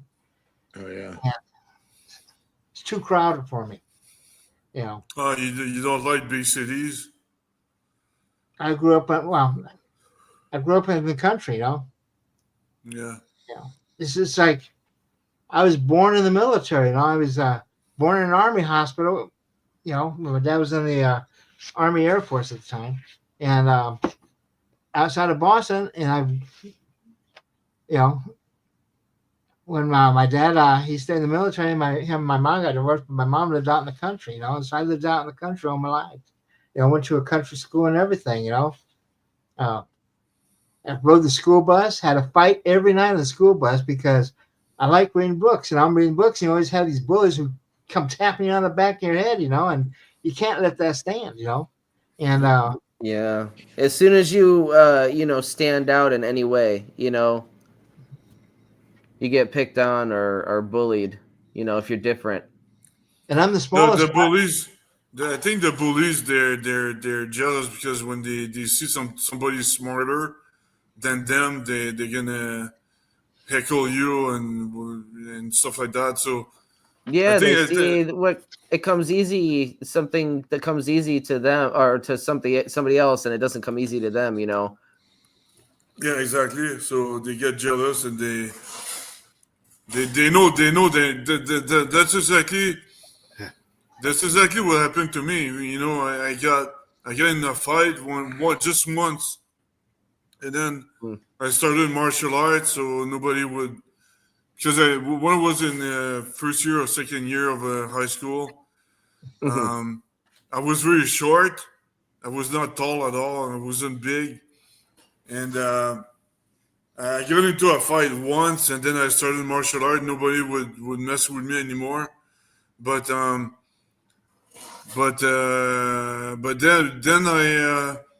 I look back. What the hell happened to this guy that I got into a fight with? The guy had a stupid job, like he was a postman or something like that. was not very smart. You know what I mean? So they postmen statistically go postal. Yeah, yeah. First he used a gun. Yeah. And it reminded me, Eric Dollard, he had the same issue when he was a kid. So what he would, they would always have Eric Dollard Day, where he would bring an experiment into the classroom.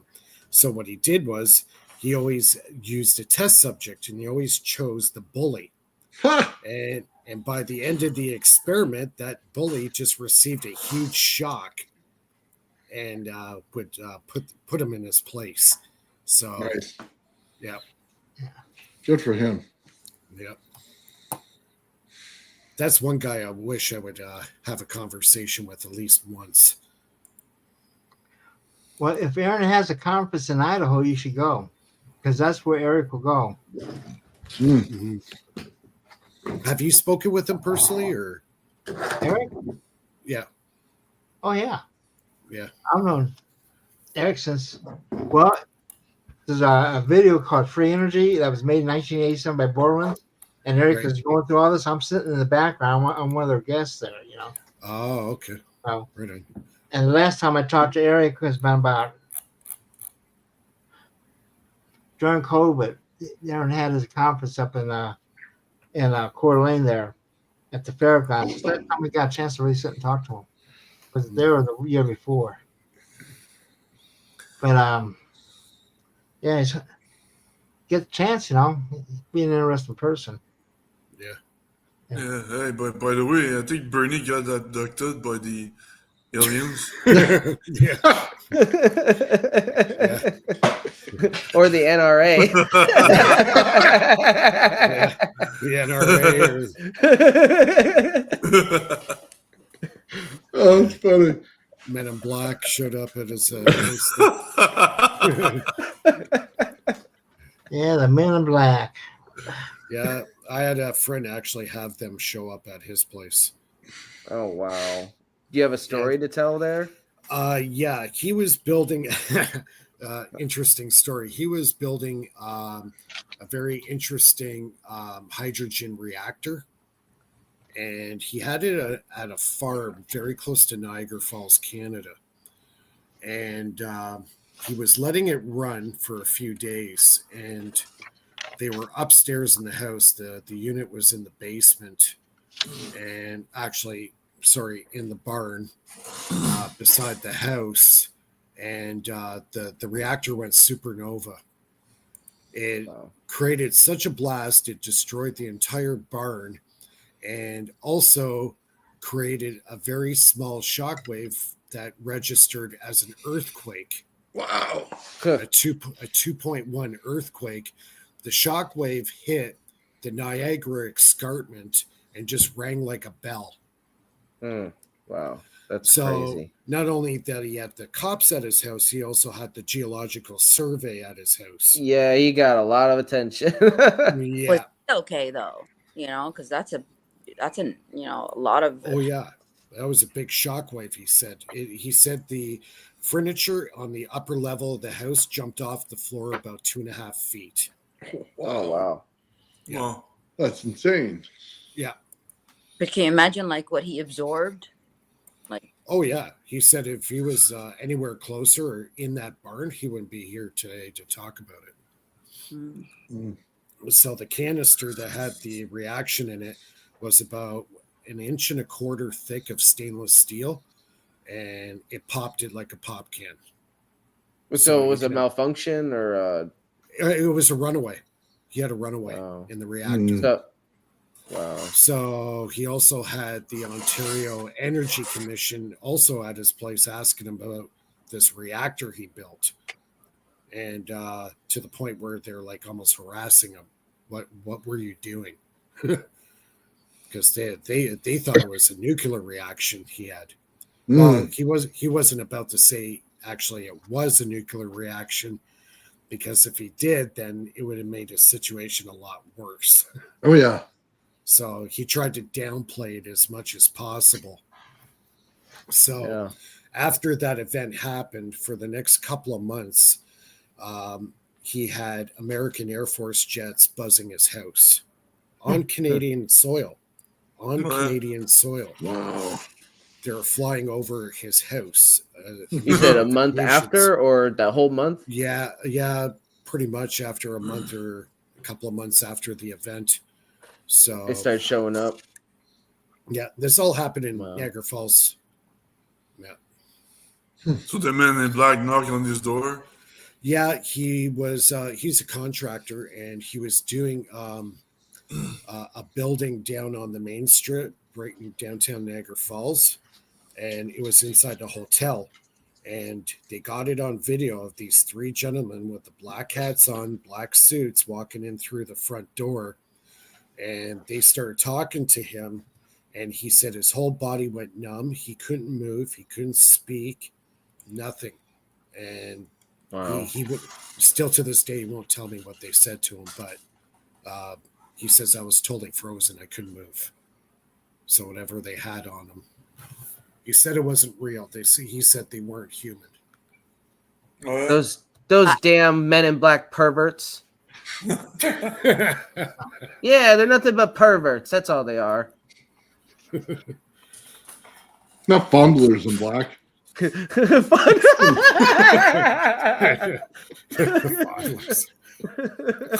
I could say the other one, but I'm not going to.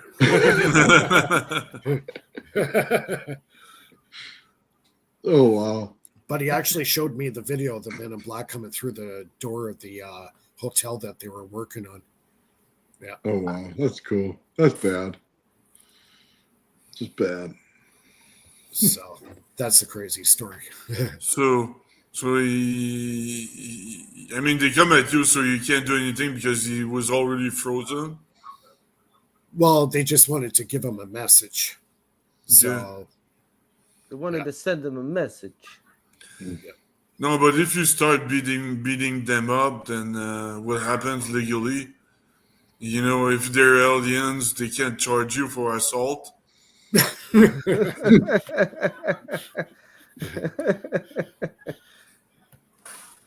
But remember, they're shapeshifters too. So they could play the role of the judge. They could play the role of the officer. They could play the role of just anybody. They shapeshift into whoever you're going to file a complaint. But they'll always smell funny. Just like Chang Tsung in Mortal Kombat, you know, you get morph into Goro. Oh, that's bad. You know you're popular when those guys show up, right? Yeah. Maybe might get a free ride out of it. Yeah. Spacecraft. Yeah, exactly. Actually, I got another cool story. It had to do with the Men in Black. There was supposedly an alien ship crash. Well, not crash, landed in a farmer's field. Not too far from where I live. Back in around I'm trying to think of the date. I think it was around 1988 or 1989 time frame. And apparently got on video. There was a video of it that actually broke and was on YouTube for a while. It's not there anymore. I can't find it. But anyways, a couple of friends that I knew back in those days, supposedly they had this weird encounter with the Men in Black right at the same time of that UFO landing. And they were blocking off roads trying to find where these guys were. And they were in a black SUV. Now, back in those days, there wasn't the best way he described it now is it said it looked like an Escalade, a black Escalade. But they didn't have an Escalade in 1988. It didn't exist. And they know their cars. Like my friends knew their cars, right? And when they see the vehicle, they didn't know what the heck it was. They didn't know. Yeah, they didn't have reference until now when Escalades exist, huh? Well, the other thing that was freaky too, when the thing was driving over the snow, it didn't make any tracks in the snow. So when it drove, there was no tracks in the snow, no tread marks, nothing, no impressions. Huh. So it was maybe anti-gravitic, and the tires are just for show. I don't know. Who knows what that means? Who knows? Yeah, that's it. Yeah. So I got a few stories. But even crop circles too. About 30 minutes north of where I live, back in the 80s, early 90s, they were getting crop circles there too, in the farmers' fields, and it made the news. It made the CBC. And What's the goal of crop circles? It's why would the alien be doing that? What's the goal? Marking the best toilet. Marking the best toilet. No, Yeah, they mark their territory like dogs. You know? I have no idea. Just kidding. Like dogs. I know some guys that were researching it, and they say a lot of the stuff almost looks like circuit boards, circuitry and stuff. That's what I've heard.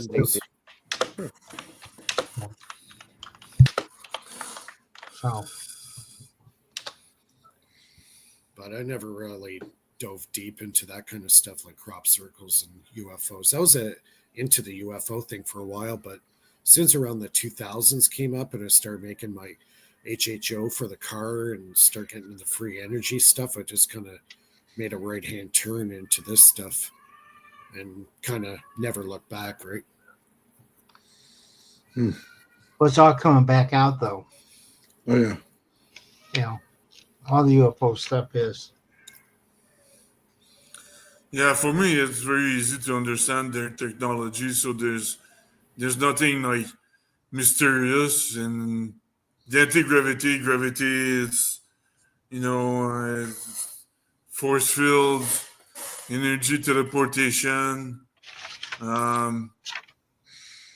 It's very easy. I think what the alien stuff is, I think they just have so much advancement in material science. Yeah. That we're not there yet. We don't have that material science down, metamaterials and all that. We're starting to do it, yes, but we're nowhere near where these guys are at, right? Yeah, metamaterials is not easy to replicate. No. That's what I'm trying to do with my simulator. And first, our mainstream equations are totally wrong for the nuclear level. Completely wrong. It's a mess. And do not wonder why there's no atomic simulation. Try to look it up. Try to find a atom simulator, and you're not gonna find a lot. There's just one at MIT, and it's very generic, but it's very vague. But you're not gonna find a lot of atomic simulator, and that's unfortunate because that's all we could predict. We could predict metamaterials and things like that without, mixed with AI, that would be very efficient. Yeah, some of I don't know if you guys heard, but Joe Rogan did an interview with Hal Puthoff yesterday, and they were talking about the piece of metal that apparently Art Belf got. It supposedly is from the UFO. Mm-hmm. And anyways, Hal Puthoff, he got a hold of this material, and they put it through the spectrometer, and they said, yeah, definitely this is out of the ordinary, because there was 18 different layers of, I think it was a titanium, but the one element that I found really interesting that seems to be showing up in a lot of supposed, UFO material is bismuth.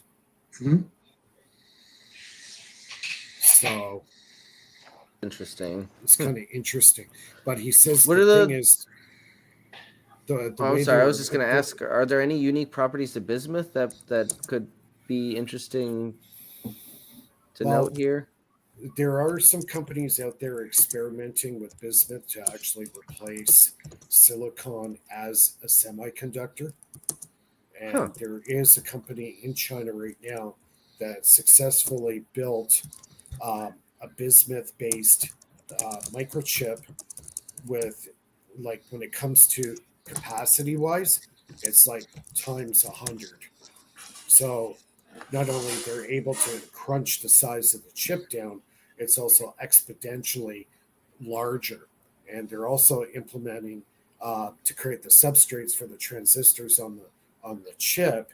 They're using graphene to create the substrates. So this is a real huge leap forward as far as the chip manufacturing, and this is big for especially like say AI systems. You're going to have a capacity 100-fold strong, more capacity and computing power, right? So that quantum computer just got a lot smaller. Well, they also, bismuth is a step away from lead. If you heat it up and pour it differently, it turns into lead. Right. And the amount of capacitance that stays in it is very high. When you ping it, it pings back really fast and spikes right up. Right, exactly. And that was what they were talking about, is the fact that this chip also requires, I think, 40 or 50% less power to do the same job with this, a conventional silicon chip. So this chip here is revolutionary. It's pretty big news. So it's being developed in China right now.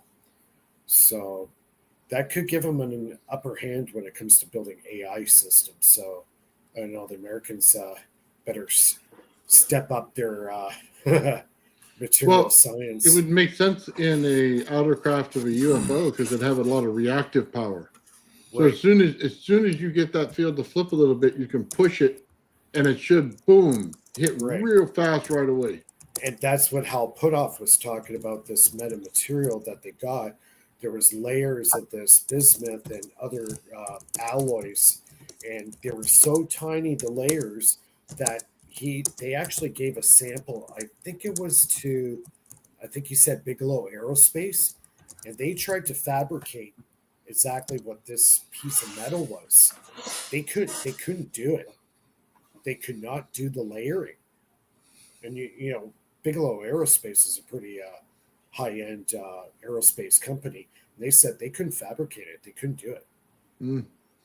Was it built as a capacitor then with the different layers? I can imagine so. Yeah, sure. If it's being hit with a high voltage or a dielectric capacitive value, sure. Maybe that's exactly how these things work. They're just giant friggin' floating capacitors. Well, yeah, because you take an aluminum field, which has the eddy current, you take the bismuth field, which has a high reactance. Now make it into a capacitor would be perfect for the outside of a ship. Exactly. So that's why they're saying that this material could be very well the real deal. So, and even this is coming out of Hal Puthoff's mouth, right? So he had it thoroughly analyzed with the spectrometer, and Bigelow Aerospace couldn't fabricate it. They couldn't do it. It's too advanced. I wonder if the bismuth was melted on, on each layer individually. I think it's all forming. I think honestly, a lot of this UFO stuff, I think, is like grown, like a 3D printing, doing a nano layers. They said each layer was 1 to 2 nanometers. So that's really, really thin layers. Heat it up and see if it crystallizes between each layer of capacitance. Then you can make resonance chambers inside of it. That would really amplify it. Yeah, it would just hold all the energy you put into it. It would just hold it. Yeah, and then every time it goes into a new environment, it would melt and redo itself. I have something really cool. You guys are talking about like shielding, right? In a way. Okay, so I got invited to NASA. I went there, and this company gave me this thing, okay? And it's called XrayCurtains.com. It's a flexible panels of flame-resistant silicon impregnated with bismuth. This material can be wrapped around curved sections. Gourmets can be added to hang the material. But it's supposed to be an electron beam radiation shielding solution. And this is what NASA uses. Okay. Because it's like lead. Yeah. So, but this company is local. I can is it local? Yeah, it's local. I can go there and say, hey, can we have a sample? Just Like, want honestly, when it comes to like all the stuff that we're working on, either it's anti-gravity stuff or free energy devices, I think it's really boiling down to material science, especially like I've been working on my battery cells for, the last 2.5 years, 3 years. It's really boiling down to sheer material science. Mhm.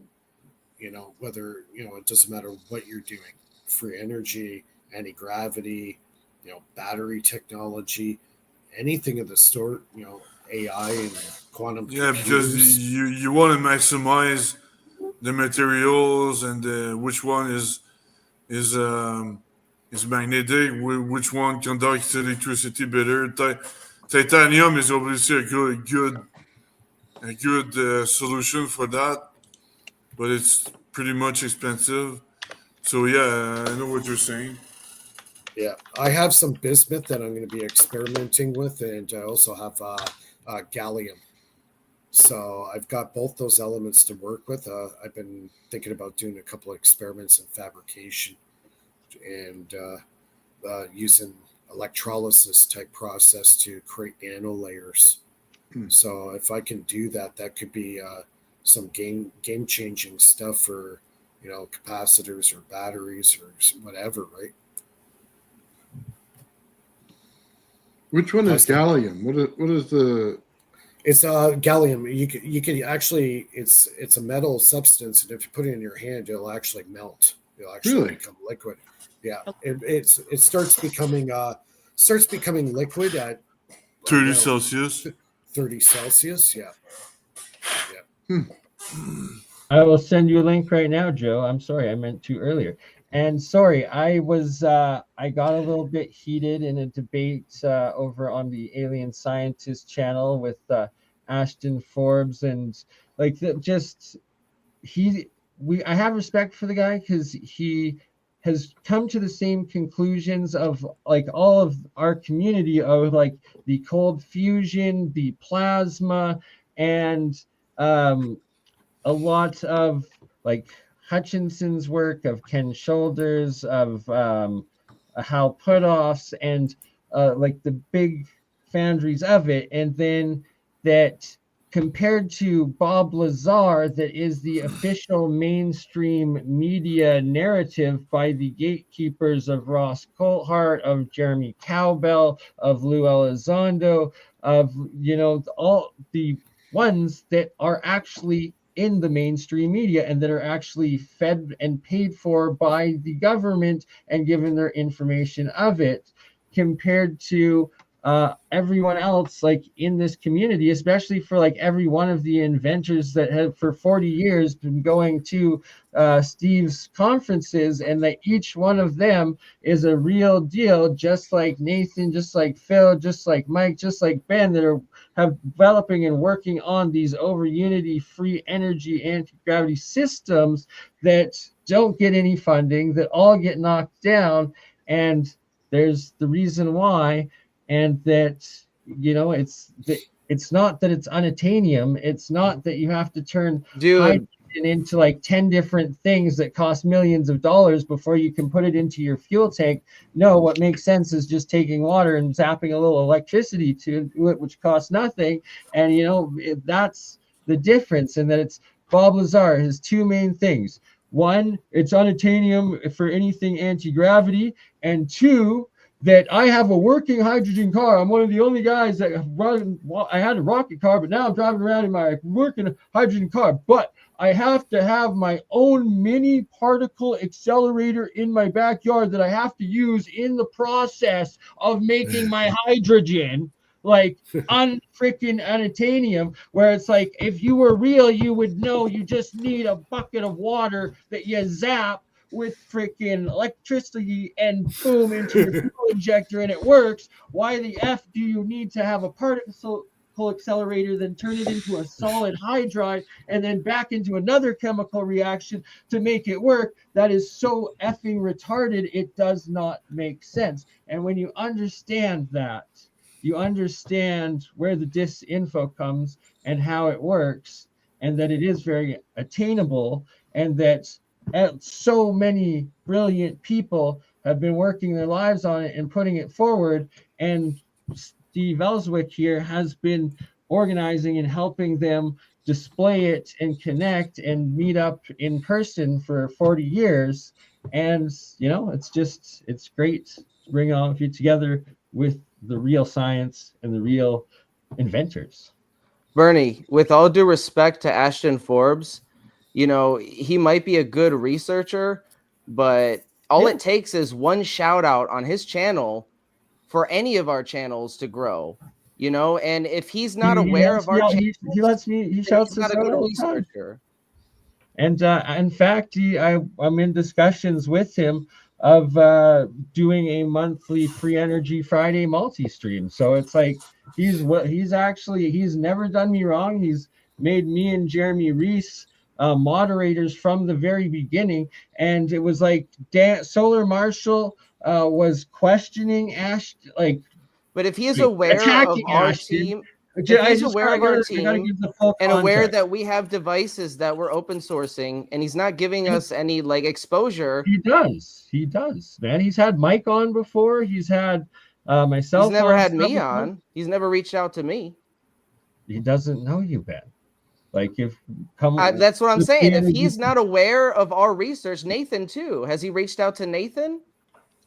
Everyone's doing their own thing. The whole point. If he's not aware of our research, he's not a very good researcher. And all it takes is one shout out on his channel for all of our channels to grow. And if he's not doing that, then he's not willing to be doing other things. He's investigating his own shit. Have you watched all of his investigations? Don't make excuses. No, because you don't have time for it. How do you expect one person that has their own shit to just randomly know about you, man? It's like he doesn't eat. I don't know. He's aware of you, Bernie. He's aware of what you do on Fridays. He's aware of us, obviously. If he's not a good researcher. And if he is aware of us, he's not giving us credit on his channel and exposure. That's what we need right now from a big channel.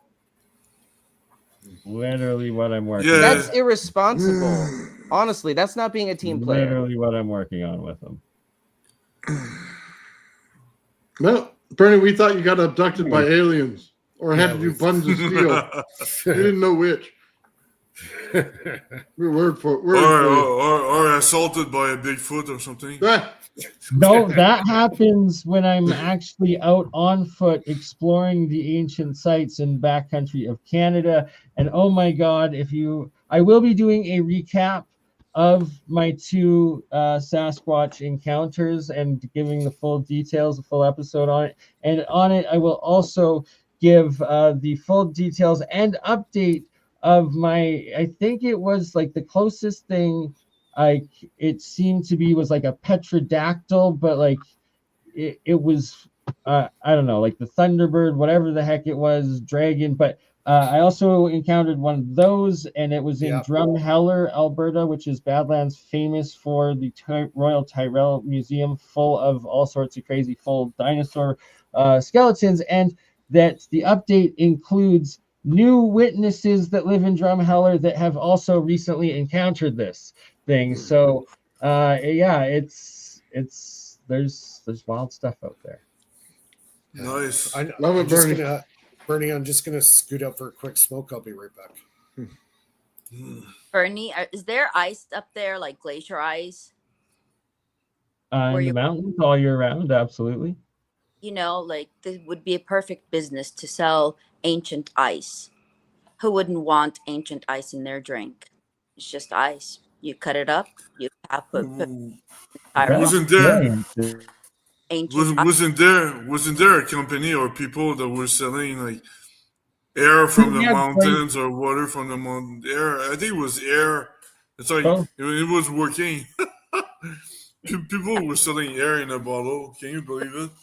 How many people of a 100,000-year-old piece of ice in their drink? Think about it. I would.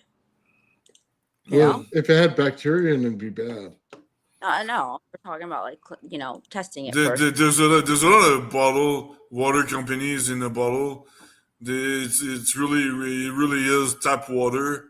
So there's a lot of it's hard to you can't tell if you buy what you buy is true water or not. Yeah, who came up with the idea of the air that you sell? That guy's like a genius marketer. Like, I'd love to sell the air in my room. Can I do that? Right? Like, I give him a little something extra to put in there. We'll make some real money. I need that marketing guy. Oh man, I think we all need a marketing guy like that. Like the guy that puts your picture in front of his Tesla coil and says, "Here, you know what I mean? I'm going to save your life. Here you go." We need like a Danny Mays. We need one of those guys. Oh. Hey Ben, what's cracking in your bar tonight? Can you put on some music at least? Some soothing music. I can see what I got. And actually, give us an update what you're working on, Ben. Why should we all know and see? Like, let's see it. We're here. Let's do it. What's the updates? What have you been working on? Show us, good Ben. So right now we got the Bedini SG motor running. It's been running since last Wednesday, and it's been conditioning these batteries with negative electricity. And if I'm successful in conditioning them, I would consider sending one to Bob Greenier for analysis, because it's my theory that negative electricity might include or carry plasmoid structures that could embed themselves in the plates of the battery. And that's maybe why we're seeing those effects, specifically enhanced efficiency. The batteries will be able to hold a charge over their standard capacity, and they'll last longer. So that's what I'm doing right now. We also have the Lightning Thief system, which successfully recycles energy at a 4 times rate than the standard off-the-shelf component, like an inverter. So we're seeing phenomenal results with that as well. And it's all open source. Everything is open source. You can go on the description of my video and click on the phase 2 guide and get started in building your own 0-point energy system. Very nice, right? And that you've been trying to reproducing lots of the Nunez's, the one-stop energy piece on Earth coil, which is a more advanced vortex rodent coil sort of thing, correct? Yeah, the Abha variation, which is a variation of the rodent coil, but we're using the Dragon 7, the free public domain coil. It's not the same one they're using. The First Stop Energies had a different ratio that I'm going to be messing with soon. I'll be making different coil ratios and stuff like that. But we're using the Dragon 7 coil, which is the same pattern but different ratio of inner to outer diameter for the coil. And it seems to be working perfectly. We're every test that I've been able to replicate of the Nunez experiments, we're successful or exceeding what Nunez was able to demonstrate. I remember the 1 watt reduction he demonstrated by spinning the magnet. We were able to reduce our input by 30 watts, which is pretty significant. We're also utilizing the Joule Thief, the modified Joule Thief, in a way that I've never seen anybody do it with the pickup method. We're taking one coil, powering it with a Joule Thief, the Lightning Thief device, and then we take another coil, sit it on top or below the primary coil, and that coil is not hooked up to the battery, and that is able to, with being hooked up to its own Joule Thief circuit, pick up that extra energy and actually utilize it. And we fed that back into the battery. Working on that, because it's like I've been wanting to test that exact principle for so long, and you're actually doing it and advancing it, which is awesome. Yeah, and we've I tried to feed it back into the battery, and it did. It just without rectifying it, feeding it straight back into the battery, the output of the secondary coil, it seemed to reduce the drain of the battery. So it further increased the efficiency, like partially maybe closing the loop. Nice. very nice. And what I want, like envision, is having two extra coils of identity, one on top and one directly on bottom, and two Yes. circuits with it, sort of thing. Yeah, exactly. And the ideal situation I would have is the middle coil, the primary coil, would be a nested coil as well. That would have a nested coil to pick up all, because if you think about it, the nested design is the ultimate design to pick up and maximize all of the energy that's wasted around the coil that's being output. So that, along with one on top and one on bottom, and you're capturing everything. Right?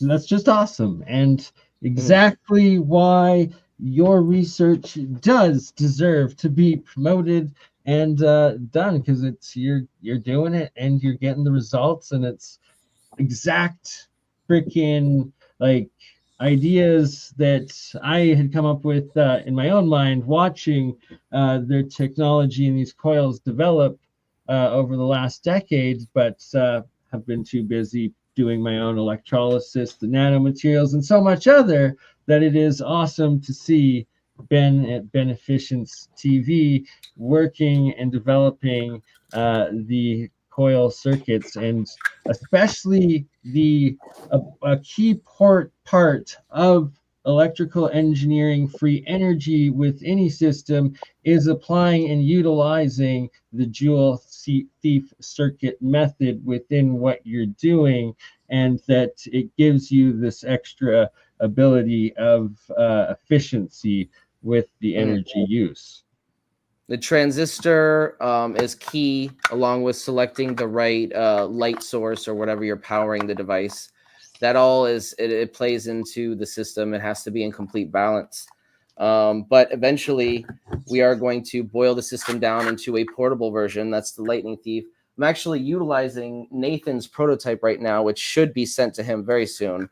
But this is basically what it's going to boil down to, is a small coil and a Lightning Thief device. And then you get, like a small $20 battery, 12 volt, 20 amp hour battery or whatnot. And that's what you have for, powering a 10 watt or 10 to 30 watt light for your camping trip. So if you go camping, you can power your light basically for the entire week. Then the next step is applying what Mr. Nathan Old Bills has been doing, and making a whole bunch of resonant coils that then pick up in the harmonic, and then can give you and power exponentially more lights with each coil wirelessly getting that same resonant energy from the original system, right? For sure. Yeah, Bernie's picking up what you're putting down, bro. And what's up, everybody? By the way, good evening. What's up, Joe? Joe. Hey, Joe.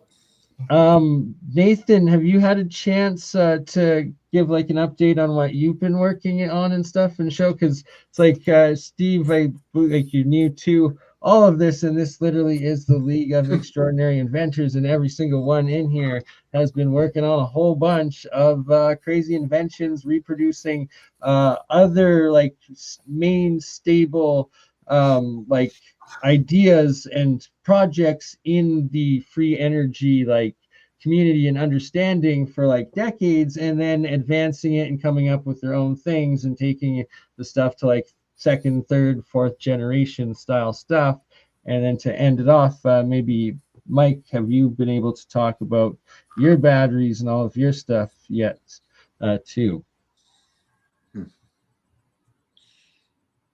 Yeah, is it all right if I go, Bernie? Absolutely. So I resonate Tesla coil, so I can take a primary Tesla coil, resonate it. I can take a secondary Tesla coil, just the number 2 coil, put it 6 feet away and absolutely resonate it without a problem. I can also pull plasma out of that number 2 coil without anything else connected to it. It's just by itself, the exact value of the coil, and I have a primary coil 6 feet away that's plugged in, and that one gets to turn on, the other one turns on as well, just by the resonance. Now I can do that throughout the entire room here in the garage without a problem and just start clicking them on based on the resonance frequency being exactly perfect in every single one of them.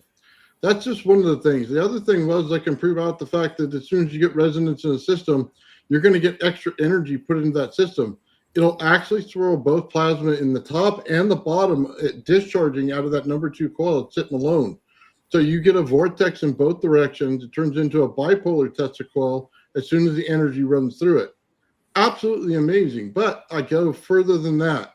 I could put a rod down the center of my Tesla coil with nothing attached to it, absolutely nothing attached to it. I put it right into water and I can restructure water. I can take the plant, make it grow faster. I can do everything that water smacker does. Everything that it says it can do, I could do right here in my garage.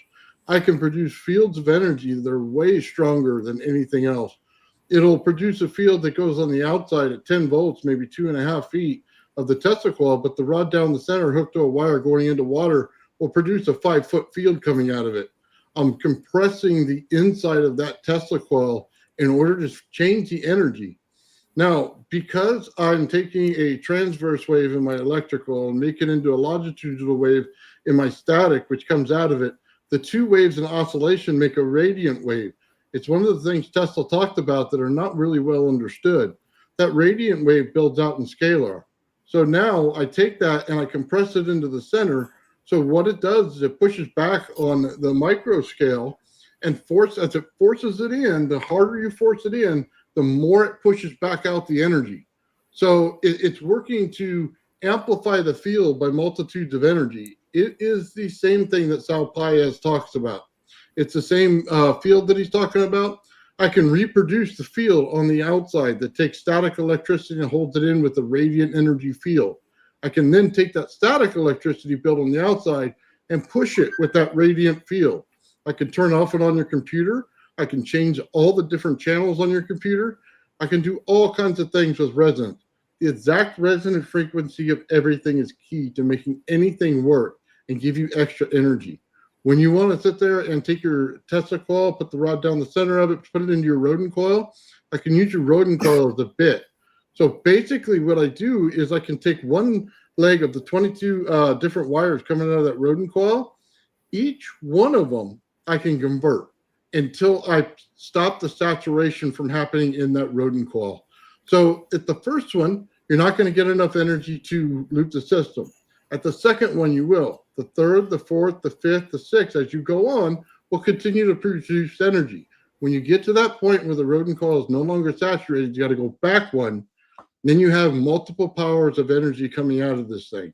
I've absolutely figured out how to make resonance more powerful, to make runaways in circuits possible. In order to create the maximum amount of energy you could possibly have in something, depends on exact perfect resonance. Not close, not kind of close, perfect. I could get it running from one coil to just a number 2 coil. That number 2 coil will transmit to another number 2 coil. It's not attached to anything. Then another one that's not attached to anything. And we can continue to go from 1 to 1 to 1 to 1 all day long. Out the door, around the corner, and up the street, man. We can make all of the energy you want to happen. It's all about resonance. I figured it out finally. I put all this stuff into the Tesla technology, man. I make beautiful coils, man. So I have some behind me that are absolutely museum quality, man. These things are nice. And that's what I've been doing, man, all the time. Building different coils, building different systems, seeing how they react, seeing what the resonance value of them are, being able to loop the system by being able to bounce them back and forth in resonance to create a runaway so that we never have to stop it. The key isn't the battery, the key is the resonance. You have to be able to hit it at the right pitch, at the right time, and the right amplification, man. And then you can really, really put a system together. So that's what I've been working on. Nice. Awesome, brother. Awesome, dude. Steve, do you have any questions in regard to that? As I know, well, you're Tesla Tech, and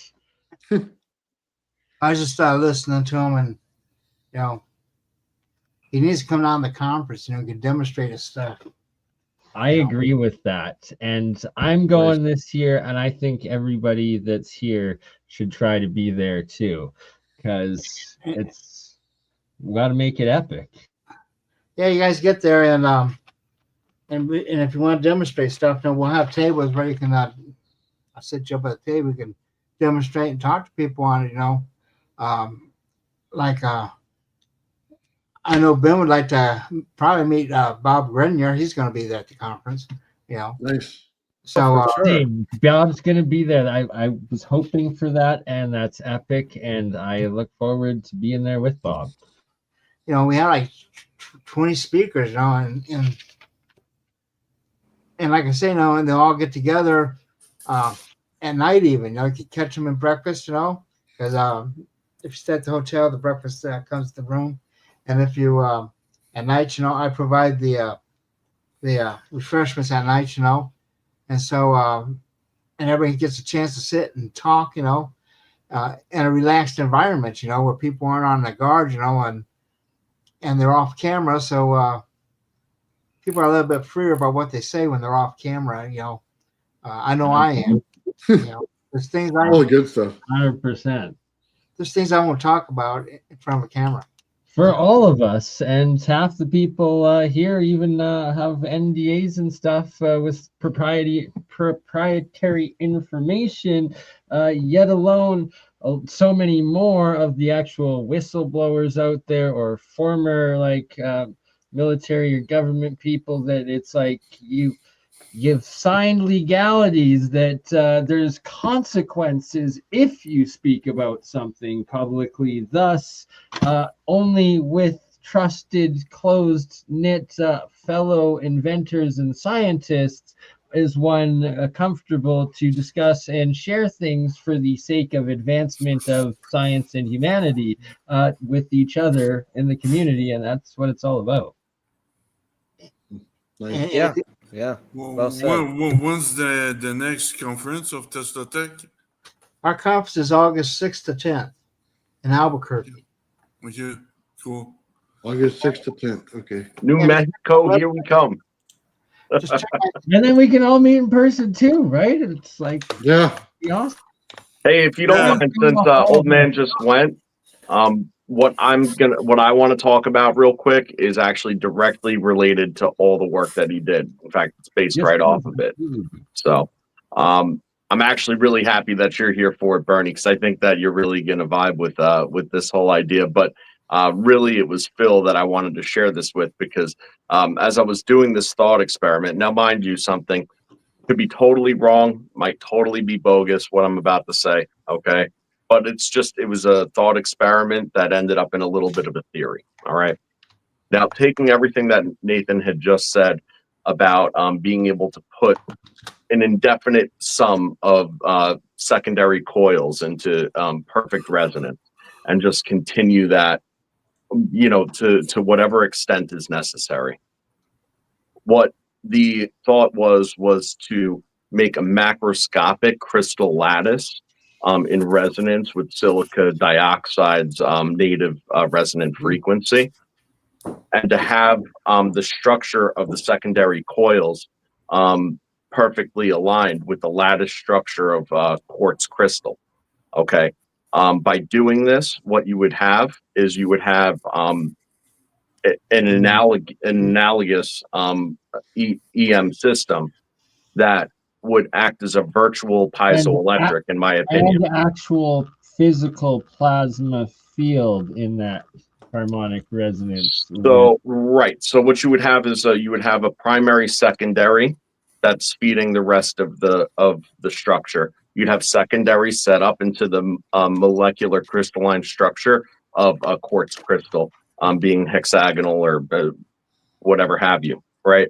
Once you're able to achieve that and the spacing is all correct based on the input of your system, and the native frequencies, the key here is that it would have to be native to silica dioxide because that's what you're going for.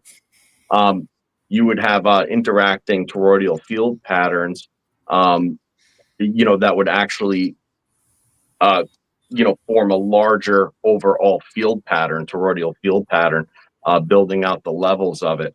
Now, if you're able to create this analogous virtual structure, at that point, it would, in my theory, at least, act as a virtual piezoelectric.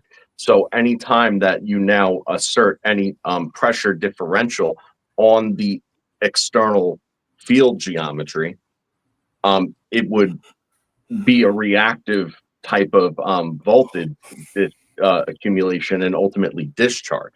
So it acts as a force field in that case, because unlike a crystal where it's structured and it's not going to discharge unless if it's in direct contact with the conductor, you have this there's no walls to it. So it's not like you have to have a solid piece of crystal. It's just a macro crystal. It's a macro version of the crystalline structure.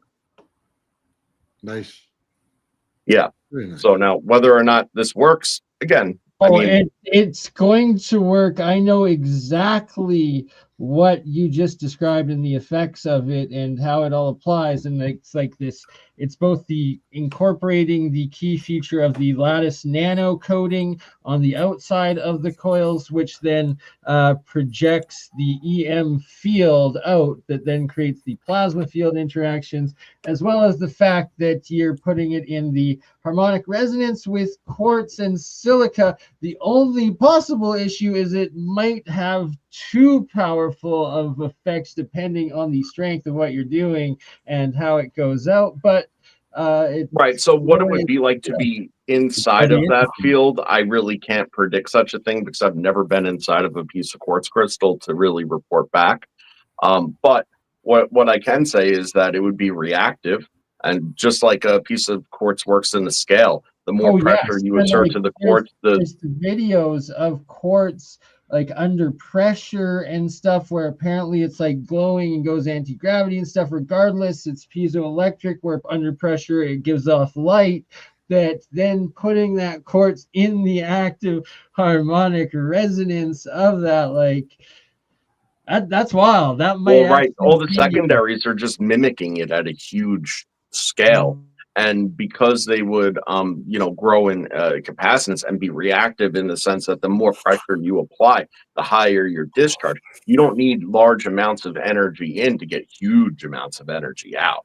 Huge amounts of energy, because every single one of those secondary cells are going to want to dump discharge, and it's by orders of magnitude because of the pressure, the compression that exists not only within each of these secondary toroidal flow patterns, but also on their torsion interaction fields and their center compression fields. Okay, so you're talking about orders of magnitude, little in, tons out, and all pressure sensitive once something comes into it. Creating the Townsend effect. There you go. So, Bill was saying earlier, he has his system. It works, it's, but in order to scale it up, you need huge and, forgive me, I'm not trying to be offensive, almost impractical amounts of energy in order for it to be any somewhat effective. But not this. And that's why I wanted to come on and discuss it. I fully understand that. That's actually genius. And what the last parts that you added in there with it, like that deserves a whole episode on itself in unpacking it all, explaining it, and the relevance of it. Yeah. Awesome, we got that down. Sorry, and mind you something, and just to interject real quick, mind you something, this is only on a thought experiment with quartz.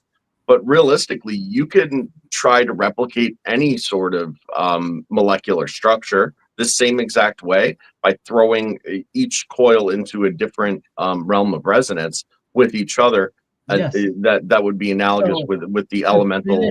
That off. That exact principle and method is exactly what Keshi teaches with his Magrav coils, and that you do the nano coating, but then also, and I've proven this and shown it, and it's key part of this electrolysis, electrochemistry, alchemy, is as soon as you put your own genetic material, like whether it's blood or hair or skin, into the electrolysis on the cathode side, instantly attaching to the atomic hydrogen that's coming up off of the reaction is a new white flake that is he says your amino acid. It's like, I don't know if it's the RNA, whatever, but it's like your identity, your bio nano field resonant cell structure that you then take that and to also coat your coils in it, and thus you're projecting your own resonant biofield out of your Mhm. coils. That actually makes sense too. It's similar, not the same, but very circumstantially Very similar. similar Absolutely. aspects of it. Yeah. I mean, if you ask me, it's all the same. So. Bernie, I got my power cell here running. Perfect. Yes. So to finish this off, we're getting a live demo of Mike with Faraday Research, the lead of League of Extraordinary Inventors, and then we'll get Steve to pull up your screen again and share how people can buy tickets for Tesla Tech, the event. And then I'm sadly I have to run. You guys can keep going by all means, but I've got another stream I have to do immediately hereafter with Mike at Alien Carvings. He's the one with the U parts out of Mexico. That that's a whole other freaking rabbit hole. Now, Mr. Mike, thank you, sir. Yeah, thanks, Bernie. Yeah, so just a little demonstration model. The cell's been running about over a month now. I've been working on this probably for about 2.5 years on the materials that go into the cell. I can kind of show you a little bit how the cell looks. I'll just take it off. And it works on the piezoelectric effect. So each of them are graphite plates.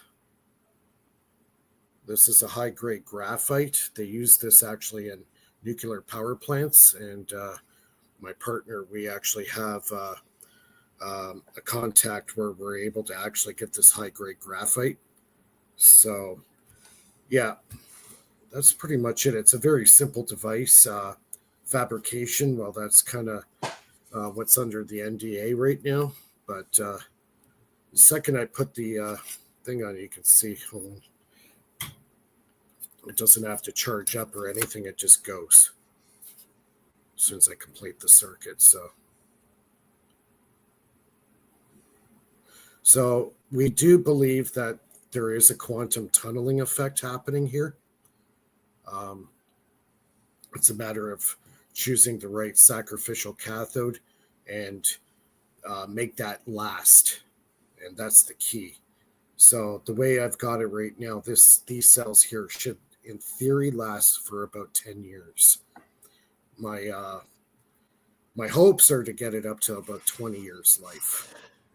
So still work in progress. Like I said before we went on tonight, I need a proper lab to do proper fabrication. Also, it's got to be a clean environment too, right? So yeah, I'm just trying to make a battery that you don't have to charge. You just plug it in and go, power any device with it, charge other batteries with it. It's just something that's always kind of fascinated me. So I've kind of worked on the sidelines and haven't really published that much on it. But that's pretty much it. Sorry, short and sweet. Amazing. Thank you, Mike. Yeah, and awesome. That's your current project. And then there's several other you just didn't have to set up tonight, like your Renegade machine, generator, and your structured water, and a few others. A whole bunch on your channel, and everybody should go subscribe to Faraday Research, as well as Old Man Builds, as well as Benefist TV, and of course Tesla Tech, not to forget Finite Theory Phil, and myself, my own Crypto Alchemist, if you don't mind. Yeah, I think that's a full show, guys. We've gone almost 3 hours here. We'll just finish off, Steve, if you want to. Or Steve. Do have brought up. There we go. Okay. So let's all aim to meet here and be here. I'm already going to be there, and everyone else should be as well. And Bob Greenier is going to be there. So, if you want Bob Greenier to see and be exposed to your work, do a live demonstration in front of Bob, you can do it at Tesla Tech. Great reason to be there. Awesome. Hey, Mike, can you post my Patreon link? Yep. Hold on here. So, Steve, do you want to just quickly give the details and then we'll close it out? Yes, we have a conference in Crown Plaza Hotel in Albuquerque, August 6th to 10th. Hotel rooms run about $119 a night. Includes a free breakfast, That's for 1 to 2 people. And then you can also contact us at the teslatech.info. If you go to the teslatech.info, I believe you can order or write to me at steve@teslatech.info if you want a copy of the Kipper plans, which we talked about earlier. And there's our phone number there. And I'm pretty much up 24/7. And I'm looking forward to see you all. And if you guys need a table for displaying that, I can make that happen. That's amazing. And shout out to Lulu and Joe.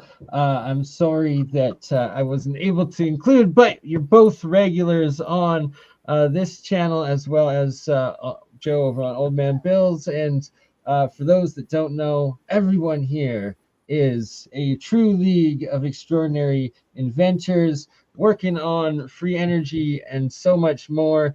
And Steve, it's an honor to have you here and be a part of it and include in, because you literally have been the pillar of the old and like the established, the pioneers of inventing free energy and alternative technologies, and keep putting it on today, and that it's up to us, the new next generation, and that now that we're able to connect online and publish all the results, and that it's creating less fighting and less fake debunking, and instead more actual confirming, learning, and development and open sourcing, that it's also crucial to have spots like Tesla Tech, where it is a physical meetup and demonstration of all of our genius ideas and developments, and be able to not only share it with the other community, but help verify and develop every single one of us works. And it's awesome. Thank you all. That's awesome. Thanks everybody. Thanks Steve for joining us on my channel tonight. Greatly appreciated. And you're always welcome on when a conference is coming up, or if you just want to hang out with us on Free Energy Friday, you're more than welcome. And everybody, we go live to air again next Friday at 9 o'clock Eastern, 6 o'clock Pacific. And we'll see everybody soon. Hey, take care. Have a good day, everybody. Thank you. Take it easy. Much love. And I should say, shout out to Terran Earthling to end it off, because would have loved to have him on tonight, but not enough time. Let's do next Friday. We'll have Terran Earthling on for Free Energy Friday, where he will do a full, he has the largest digital PDF document archive, and do a presentation of all of the patents of historical free energy. And on that note, ta-ta.